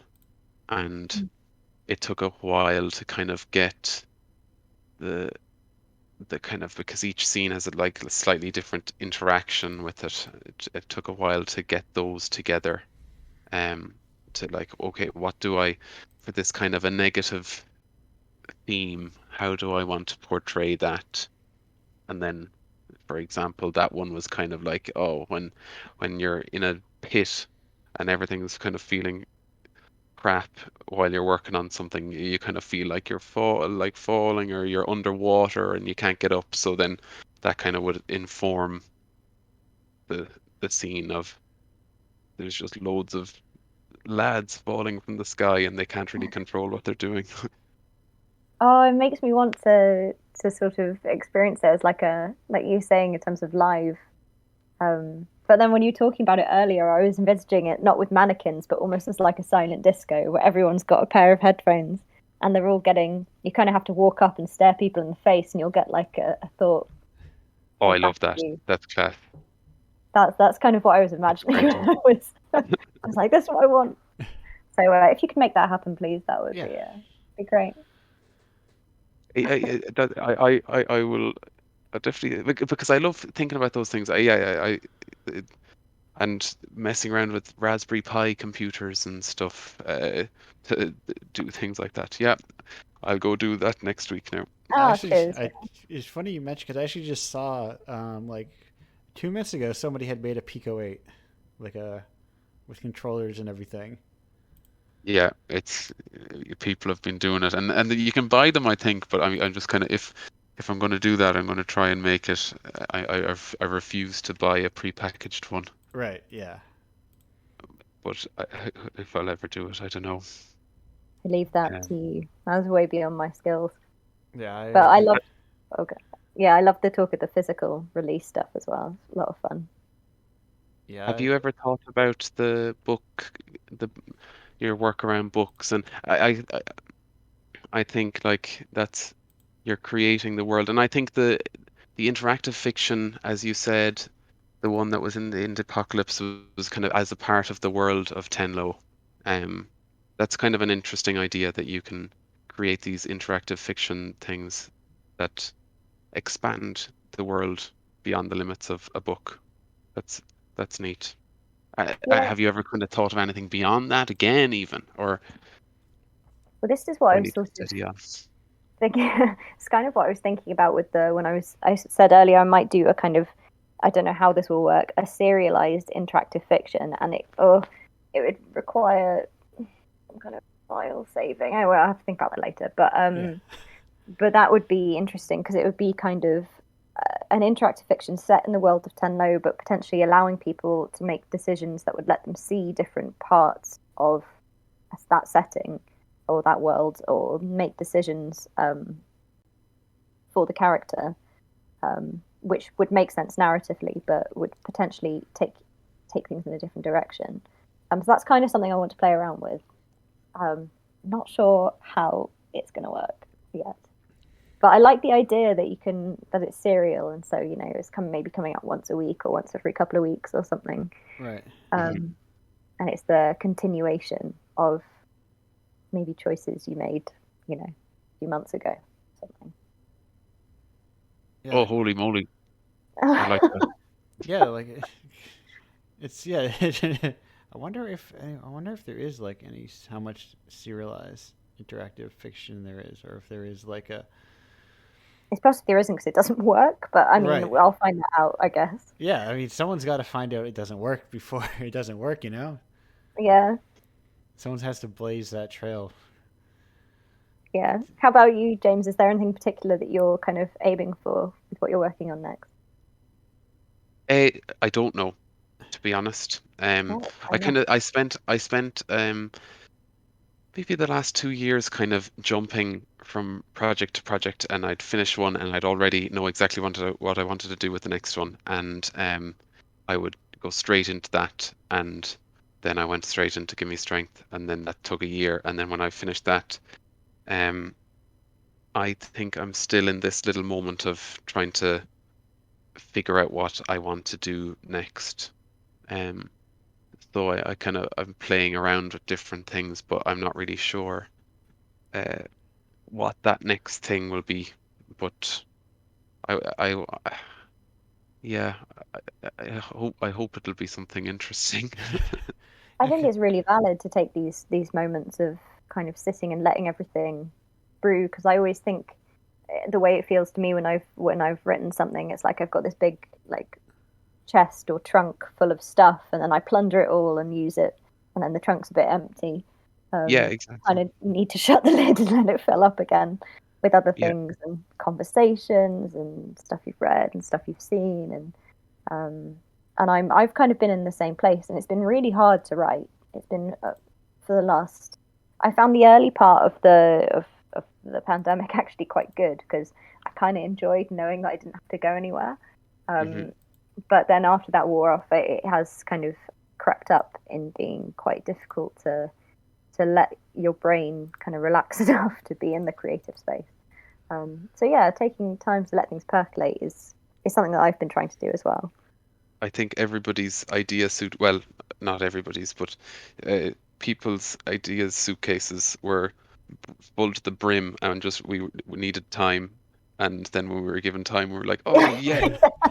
And We now suddenly we've been inside for 2 years right. and we've no ideas anymore. We need Ev- to go bring that suitcase outside. Everyone's Yeah, learning that the suitcase actually had a bottom to it. They didn't realize it was there. Yeah. yeah, scraping along the edges of it. I feel that. Yeah, so it's interesting, like, because like, do you take a time off? Do you spend time playing games? Would you spend time like just like divorcing yourself from even thinking about making a game, or is it like, oh, well, I want to do something like that, or like actively looking for inspirations, or is it just kind of like, well, I'm going to just take some time off and relax and let it naturally kind of accumulate without thinking about it, so that when I come back in a month or 2 months, I go, oh, I have all these ideas I didn't think about, but now there's something rattling around in that time. Yeah, I think it's definitely for me anyway, the second one. Well, at least I try my best just not to put myself under any pressure and uh just come across things like, let's say, the radio station thing in a Right. town that's kind of something. When I saw that, I was like, oh my God, that's so cool. I don't know how that can be used, but maybe there's some, so just compile random bits like that. And Yeah, because let's see. do you think about, now maybe this is putting undue pressure on your tiny your desperate suitcase, but do you think about like scale wise, like what you want to do next? Right? Nothing nothing any larger than that. I think I Yeah. I like the idea of doing small, confined things. Right. It's for, I think, a couple of reasons. It's you want to always be enjoying what you're working on while you're working on it. Yeah. Um, if it goes on too long, you risk hating it and going, oh, screw this, and then yeah, then you know you don't want to work on it and you don't release it or something like that. So if you can try and keep it down to some kind of neat idea, that's what I think I'm going to try and do anyway. Yeah, that's. I mean, this is why I love in terms of the difference between games writing and novel writing. I absolutely. By the time my novels come out, I hate them. I've read them probably about 20 times and know and because I've written it, I can see the joins, I can see the bits where I've tried to make something work, and then I've fudged a bit and put some scaffolding in and some duct tape on bits, and of course, readers won't necessarily notice any of that, but it always takes me about 6 months to a year after a book's come out before I kind of go, oh, maybe it's actually not that bad. But whereas with the Now, games, it's kind of fun working on smaller stuff, which yeah, you can get an idea across and now, um, now as a not. writer, Stark, do you see that occasionally in other people's works? Where you go, ooh, this is where they put up their scaffolding real quick because they just wanted to get this out of the way, or do you enter that blissful state of the reader? If I'm reading as a reader and I forget to look for that stuff, then I know it's a good book. If it's made me forget about the scaffolding and the process and the craft, then usually it's a good sign that the writer's doing something that has engaged part of my brain to not think about those things. No, I. But yeah, it's not always a bad thing. Like, I'll be reading Yeah. sometimes and I'll come across a sentence and I'll be like, oh, for God's sake, that's so good. Oh, God, I wish I'd written that. Um, so there's those moments as well, which is obviously great. Yeah, I've definitely if I find myself steeped in a visual novel, do I go over to the page to see if they wrote how long it is a good indicator of my enjoyment level at the time, or in that kind of like. But yes, there is. Now, I'm wondering, do you make a distinction? Do you have a distinction between, wow, this is amazing, this is just for me, wow, wow, this is amazing, I wish I had done this? Do you have a distinction between those two at all? Um, Difficult. I mean, in terms of my own work or other people's or stuff In I've terms of been. like seeing other people's work, like there sometimes there are lines like, wow, I love this line, it's amazing, I can't. But or and there are other times where, wow, I love this line, it's amazing, why didn't I think of it? Yeah, it's always a bit of both, really. But I mean, I try to take it as an inspiration. If Right. someone's done something that's made me go, "Oh, wow, that's amazing," it's like, okay, that's maybe I should be. That's something I'll try and remember. But it's when you find something that someone's written that you love, that's the best thing. Um, that's kind of why I'm writing, really. So it's yeah, Yeah. mostly just enjoyable. And then, I mean, in terms of stuff, I mean, I know when my rep is good, and I know when it's okay. And usually in a novel, there's a kind of broad range of there are scenes that I know are good scenes and scenes that are kind of more background or scaffolding, and that's okay. I try to think of it as like, when you look at a painting, there'll always be details that jump Yeah. out of you, but the painting needs the background as well. Right. You can't just leave huge parts of the canvas blank because you didn't want to Yeah, paint those parts. yeah. So I try to look at it that way, which makes me feel less bad about the bits I know aren't very good. Yeah. Listen, writing words is one of the trickiest, I think, art forms because most people can write words. So there's an assumption that it's easier because there isn't the clear technical barrier, Or it's like someone knows if they are bad at making a painting like right away because they put it on the canvas and it doesn't look like a lion or anything at all. Oh, difficult. 'Cause, maybe they put it on and it doesn't look like anything, and that's the point. That's what Oh, makes it maybe great. maybe they're But discovering a new facet of themselves. yeah. So I always find that when I to um go to a gallery or something, and it's a terrible way of thinking about it, but I always end up critiquing myself more than why can't I understand this?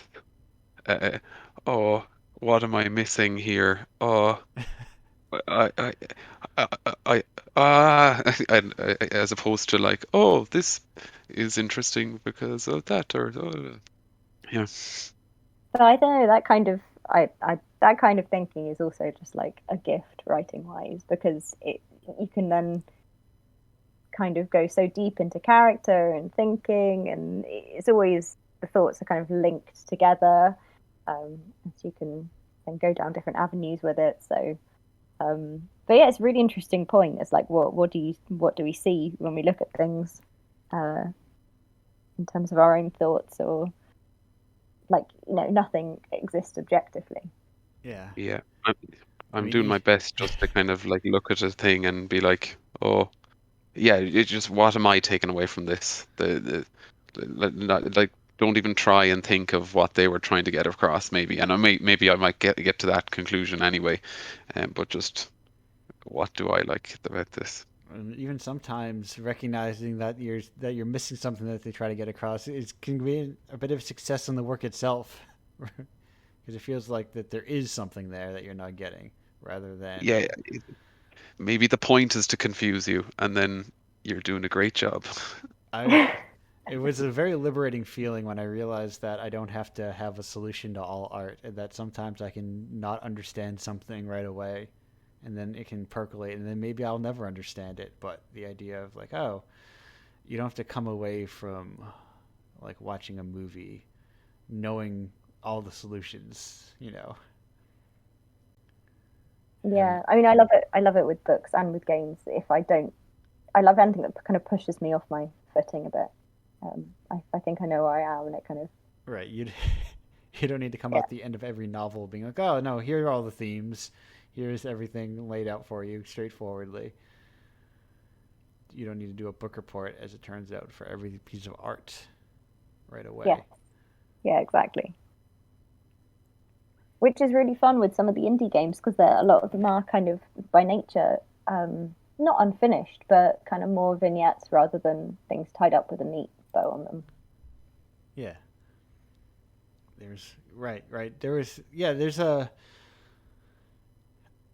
it's a very new feeling, I think, for games, of the idea of smaller vignettes, and that's why I think sometimes people think they do come across as, unfinished, as someone I told love me at unfinished too. as someone I told me love at an event. sketches. Yeah. I don't know. I always love seeing like concept art and sketches, and Yeah. I love unfinished.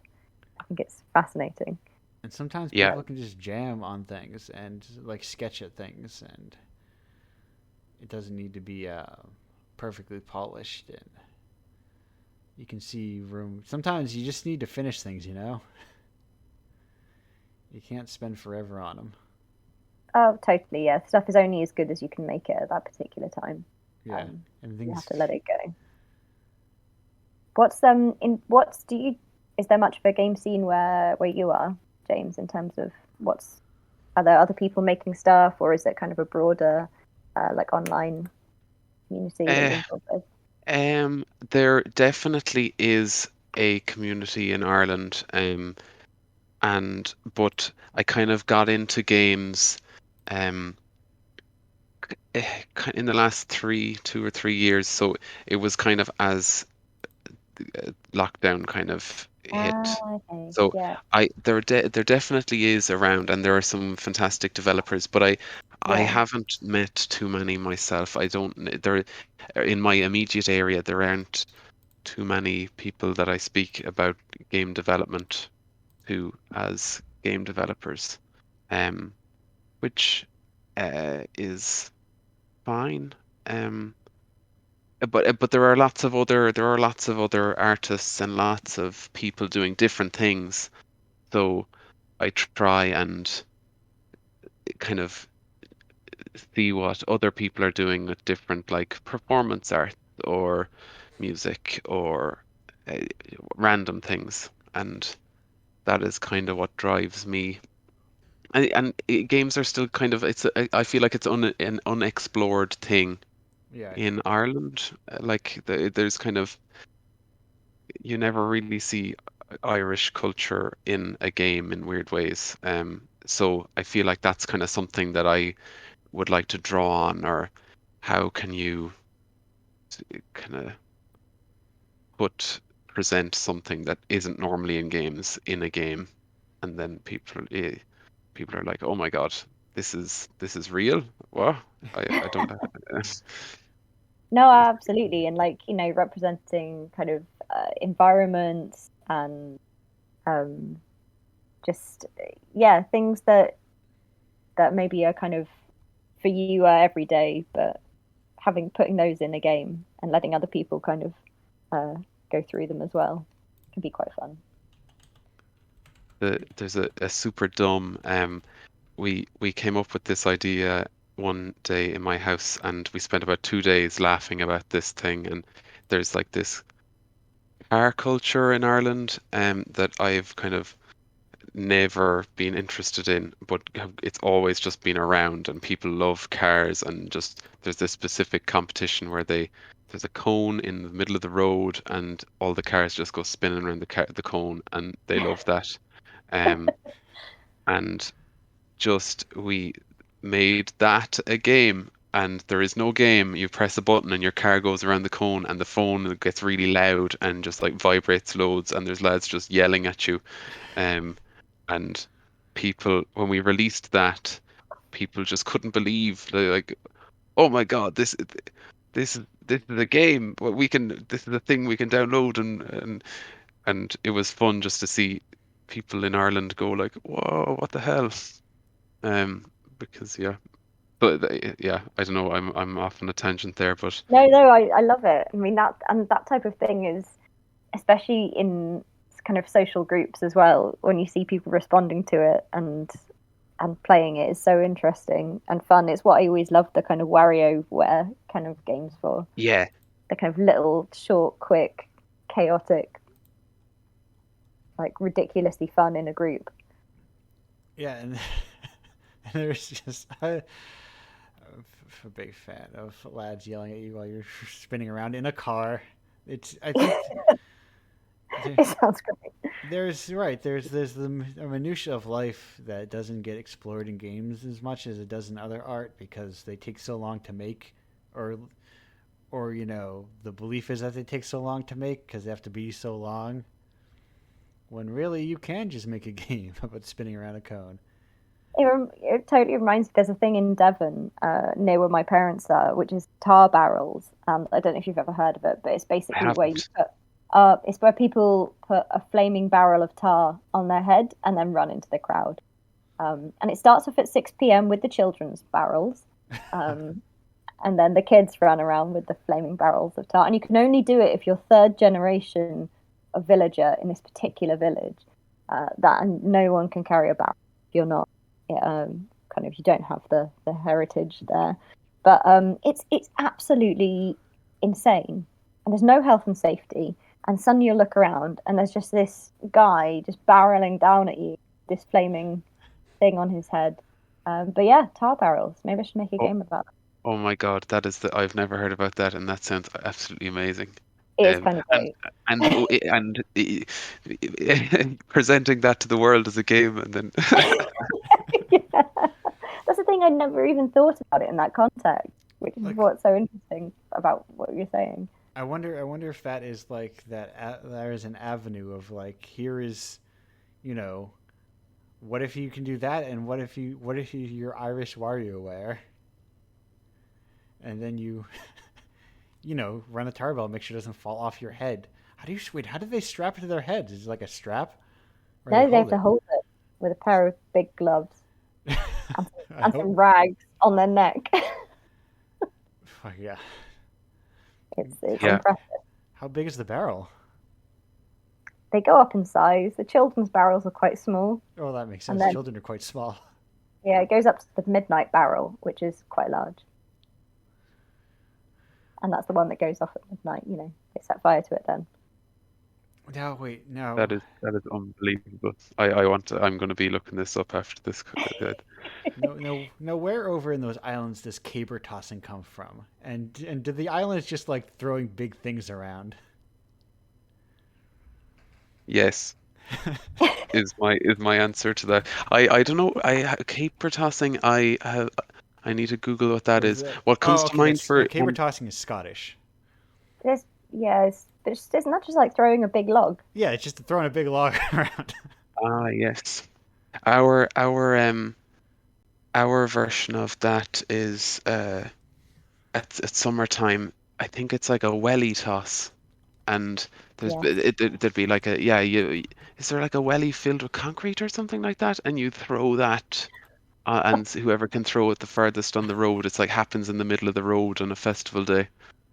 God, That I might be Oh, you mean misremembering welly that. wanging? Welly, what? That's what Wikipedia calls it. whirly wanging, I can see that. But then that it sounds quite Bristolian, so I mean, maybe that's why it sounds natural to me.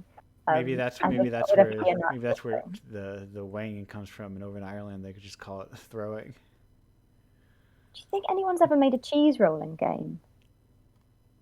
Uh, no, but that. Oh my God, that'd be amazing because you could play as the cheese, or you could be a person and like you have to control every limb with your controller, Yes. but Yeah. Or it yeah. all makes it doesn't actually do anything in the end because you've lost control and you're rolling down the hill. I love it. Or you could make it a four-player game where each person controls a limb, and you Yeah. have to, and then someone else is the cheese. Well, I'll tell you a very short Google search returns no meaningful, maybe one, but maybe not in the same sense games. Here we go. Cheese rolling the game, complete Cheese rolling game. available on the App Store. Now, see, this is the pleasure of an American with such a baby country is that we don't have centuries of weird ass shit that people developed. That's just like, oh, why do we roll down this hill? It's just because we do it. This is just a thing we do, and Plenty of those. we have these massive cultural legacies of just people living on islands forever, and they got to do something on them, you know. It appears to be Yeah. broken. It is not Oh, loading, so the only one that what? existed Oh, is what's the presumed. weirdest game that you've kind of come across and loved? That's for both of you. If you have an answer to it. You go first, Andrew. Like I'll think for a are we moment. talking video games Oh, anything, yeah. or I mean, games you want to encounter in life? oh yeah, games you've encountered and or heard about. I'm trying to think. Um, The I've thought of one that. Or no, you go, Andrew. You've thought of something. Okay, so do you have is it called Quarters? In my mind, it's called Quarters, and I don't know why you do it. Um, game. Well, you take what? Obviously, you would not use a quarter because you don't have You mean them. just like a kind of penny arcade type? No, no, no. You would take it and you would um, put your knuckles on the table, Ah, and then someone else would just like fling a quarter at it as fast as they could, like slide it across the table. Oh yes, that rings a bell. Okay, Yeah, I think. that does sound vaguely familiar from my days and at school. and I'm one of those things like why would we do that? That was awful. Yeah. Why are we? And was that and the one that comes to mind for me is there was a game that was kind of it was on the front of itch a couple of times when I for a period of time. Um, it was, I think, just called A Good Handshake, maybe. Okay, Or yes, yeah, I'm and familiar with. I've never played it, but I know what you're talking about. I never played it either, but it just one like 10-second clip was all you needed to know, and like you were just this one guy walking, and there was another fella on the other side of the screen, and you reach out your hand, and you just have to connect hands, and then you have a good handshake. Um, But not too firm, but not too weak. Just yeah. good. Um, so that was just one that came to mind. Again, a single idea executed beautifully. Oh, There's a I love it. I forget what it's called, but there's a game that uses a microphone, and you clap. You're supposed to clap it, and the American flag raises up as you clap and holler more. Yeah, Um, yeah. Thinking about that's another. Yeah, I find that quite interesting. Like, how can you use alternate inputs? Yeah, yell into it, and it yells back. It's like that. I can't. I can never remember, but it's the clip of the man who's painting yellow stripes, and as he paints a stripe, he screams, and he just screams as he paints the yellow stripes on this canvas. So maybe that's what he could do. As you scream differently, the painting develops. yeah, Yeah. Ah, yes, you are becoming more insane and therefore better artist. I mean, it really. So see, this is one of those things where it's like when you see a piece of art and something clicks in your brain, like, yeah, that's not that hard. If you just like, if a microphone can register how much volume you're receiving, and you just like, oh, I can make that. I can make that. Because all I'm doing is reading numbers. When it all comes down to numbers in the end, it's all numbers and math and Yeah, Please organizing here no. we them. go. Please no. Yeah, It's I not. this is your moment to shine, Stark. No, it's not my forte. No, that's the secret is you got to learn. That's why the annoying part about games and why it keeps artists out. Because from what I hear, artists traditionally do not like math, and games have a lot I, of it. I'm doomed in that case. I'm doomed to forever be scribbling, uh, Eh, not making Stark, have you games. ever thought about audio in as a part of your work? There were. It's really interesting. And I was saying, my partner's a sound designer, so I mean, I do think about audio a fair amount in terms of as I'm writing. Like, I'll try to use it as a kind of sensory uh, thing in descriptions as well. So you're not just describing the place, you're like describing the sounds and the smells and things like that. But no, I've never actually had a go at that yet. But definitely something I'd be interested in looking at. One of the fun things we have done recently, one of the games I'm a writer on, which is a procedurally generated detective game, we actually wrote some film noir kind of scripts for it, which was a lot of fun, and then kind of recorded those and put them through various things to make them sound like they're from the 1950s, and that was a lot of fun. But I haven't actually done anything with my own, no. Interesting. Give it Yeah, a go. cool. No, it'll be it. Oh yeah, and you don't have to. But yeah, no, it because you're creating these worlds, and it's yeah, it feels like it could be a part of it. Well, my partner did actually do some because I listen to a lot of ambient stuff when I'm working. So I think when I was Yes. writing Tendo, I listened to about 50 hours of wind through tree in desert. My favorite YouTube. No, I'm a big Yeah. fan of driving in my car and being like, is this the ambient album I'm listening to, or is this a sound coming from my air conditioner? So, but my partner actually did some ambiences for Tenlo, which is really cool. The spaceship kind of sounds that as it's flying across the desert, and there's a place in the book which is called the pit, which is like a kind of vast crater with a kind of town built around its edges and things. So that was really fun, kind of collaborating on those. And I think they're up on YouTube, but they're kind of more ambient. So yeah, maybe that's something I could kind of work into it. Yeah, But then that could also be like a part of the process of making it. It also doesn't have to be part of the finished thing. It could be like helps you visualize a scene. Mm, That I find that quite interesting. yeah, Wind Through Tree and Desert is a good friend of mine. Created Yeah. that. well, Hen Low formed on wind and tree and desert. Okay, sorry, Andrew, I cut across you. Take it away. no. What I was going to say is that we are cresting the end of our show here today. I know it comes so quick. It comes so quick, but Does I'm holding myself to that 2 hour recording time, and we've hit it. We landed right on it. So as we wrap Fair up, play, guys. yeah, what? I'm just saying, fair play. We did it. We made it. Yes, we crossed the finish line. I'm surprised that 2 hours went by, as I always am. Um, but as we close down the show, we gotta. Most importantly, we need to.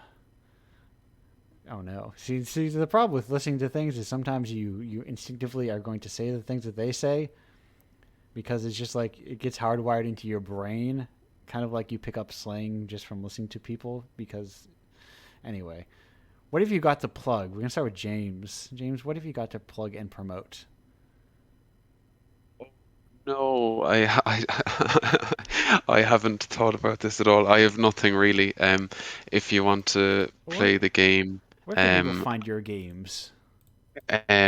my name is James Poole, Poole. If you put that into Google with itch, I think it's jamespoole.itch.io, and Yes. um, I am on Twitter as well. I think it's a pool party. But yeah, the game I did was give me strength, and if you look, just maybe Google give me strength and itch, it should probably pop up. I think the last thing I'd point to. Perfect. Stark, what have you got? Well, I've got a couple of games on itch as well, some sort of narrative, interactive fiction. I've also got two novellas which you can buy either on Amazon or through Gumroad. And actually, if um, anyone listening to this wants to use an offer code, I'll put an offer code on the first trigonometry novella, which is up there, and I'll make the offer code Indiepocalypse so you can get it for 99p or something like that. Oh, perfect. Um, My very first but offer code. hey, they're a series of novellas about an alternate, kind of an alternate West, kind of a Western.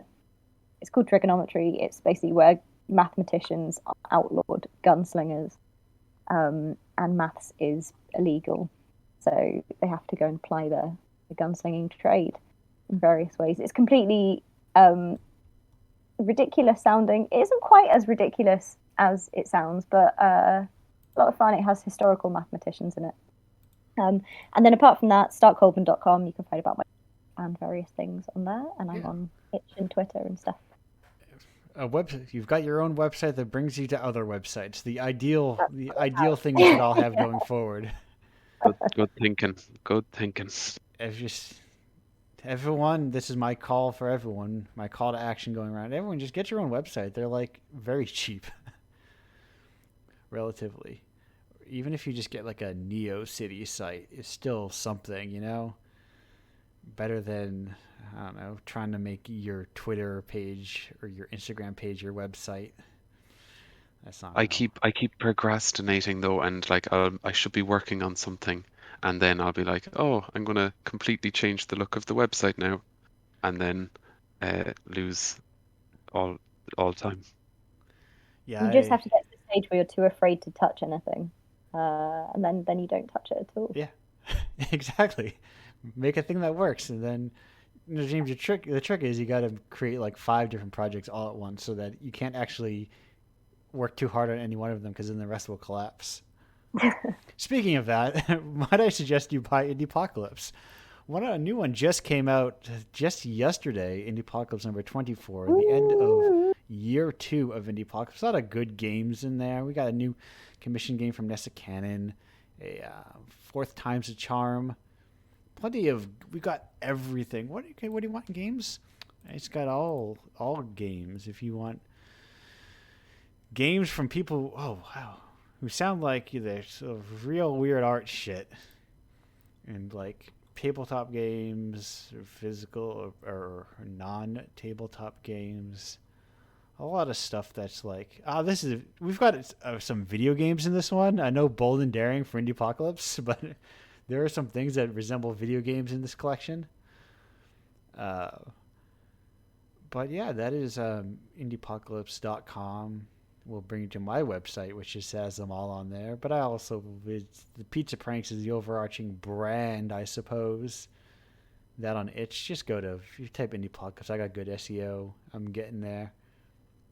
Indiepocalypse.com/Patreon is where you buy Patreon for Indiepocalypse. You know what I mean? So you subscribe to stuff. It's how it works. It's a website. You give me money and you get stuff in return, including print versions of the Indiepocalypse. Submit your games to indiepocalypse.com/submit.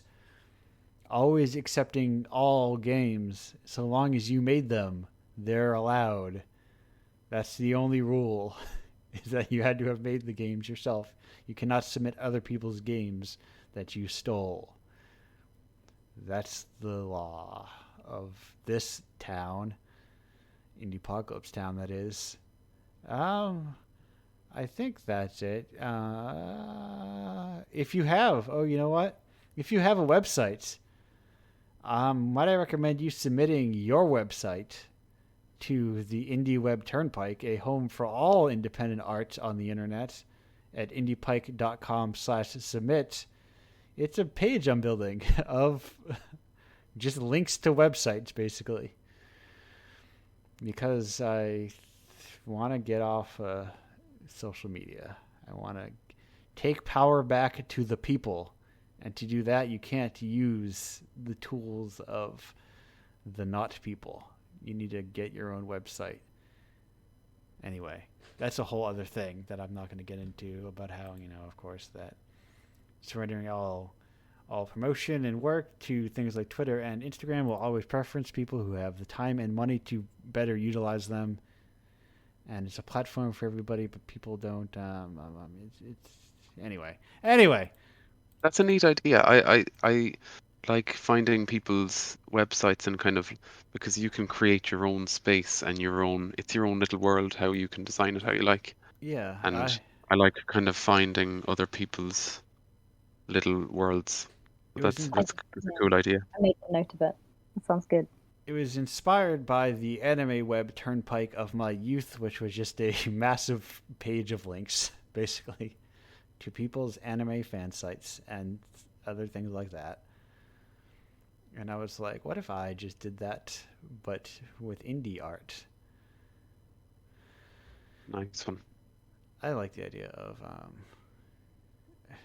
people talking about, hey, don't people like go to our Discord? This is where we have all our information. Then your Discord server goes away, and all of a sudden, all the information goes away, and Mm.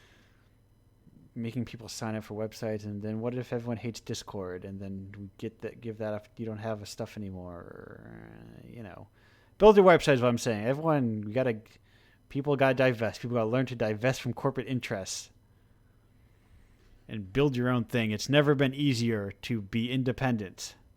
It's very hard to survive as independent, but it always was. It always was, really. And the people who weren't, there are always advantages that you never imagined were there. Anyway, buy the zine, make it money, buy any issue. If you buy issue 23, some of these people will get $5 Ooh. at some point down the road, which turns into like £3 or something. But if you Hey, that's enough for no cornetto. That's great. yeah, exactly. It's something, It's it's some change you didn't have before. That's my hope. It was partially inspired by listening to people who did acting or writing for TV talk about getting royalty checks of a penny. And I was like, that's nice. That's cool. I like the idea of just trickled in stuff for something you did want for work. I like the idea of royalties. I think everyone should get royalties if they do creative work. Anyway, I want to close it out. I'm going to shut down the show. I'm going to make some food. It's lunchtime for me. No, that's Discord. I don't want that open. James. Appreciate talking to you. It was very enjoyable. Yes. Yes. Nice to meet you. James Really Stark, fun. glad to have you both here today. Maybe we'll see you again some other point in the future. Yes. Maybe one day I will even be over there. I will cross the pond, as they say. But we got to deal with our pal COVID first. And then also our pal, that's an expensive flight. Well, the drinks are on me.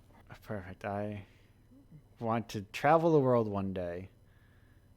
If you pay me money, I can travel the world and spread this message of Indiepocalypse as if I'm some sort of traveling grifter, town to town, selling my snake oil of games that have no objectives and game loops in them. The Jack Reacher of indie games. That's me. I'm always jumping off of planes onto other Just on the planes. Greyhound bus. I want to really tell people about Lord Xenu. He's got some good ideas.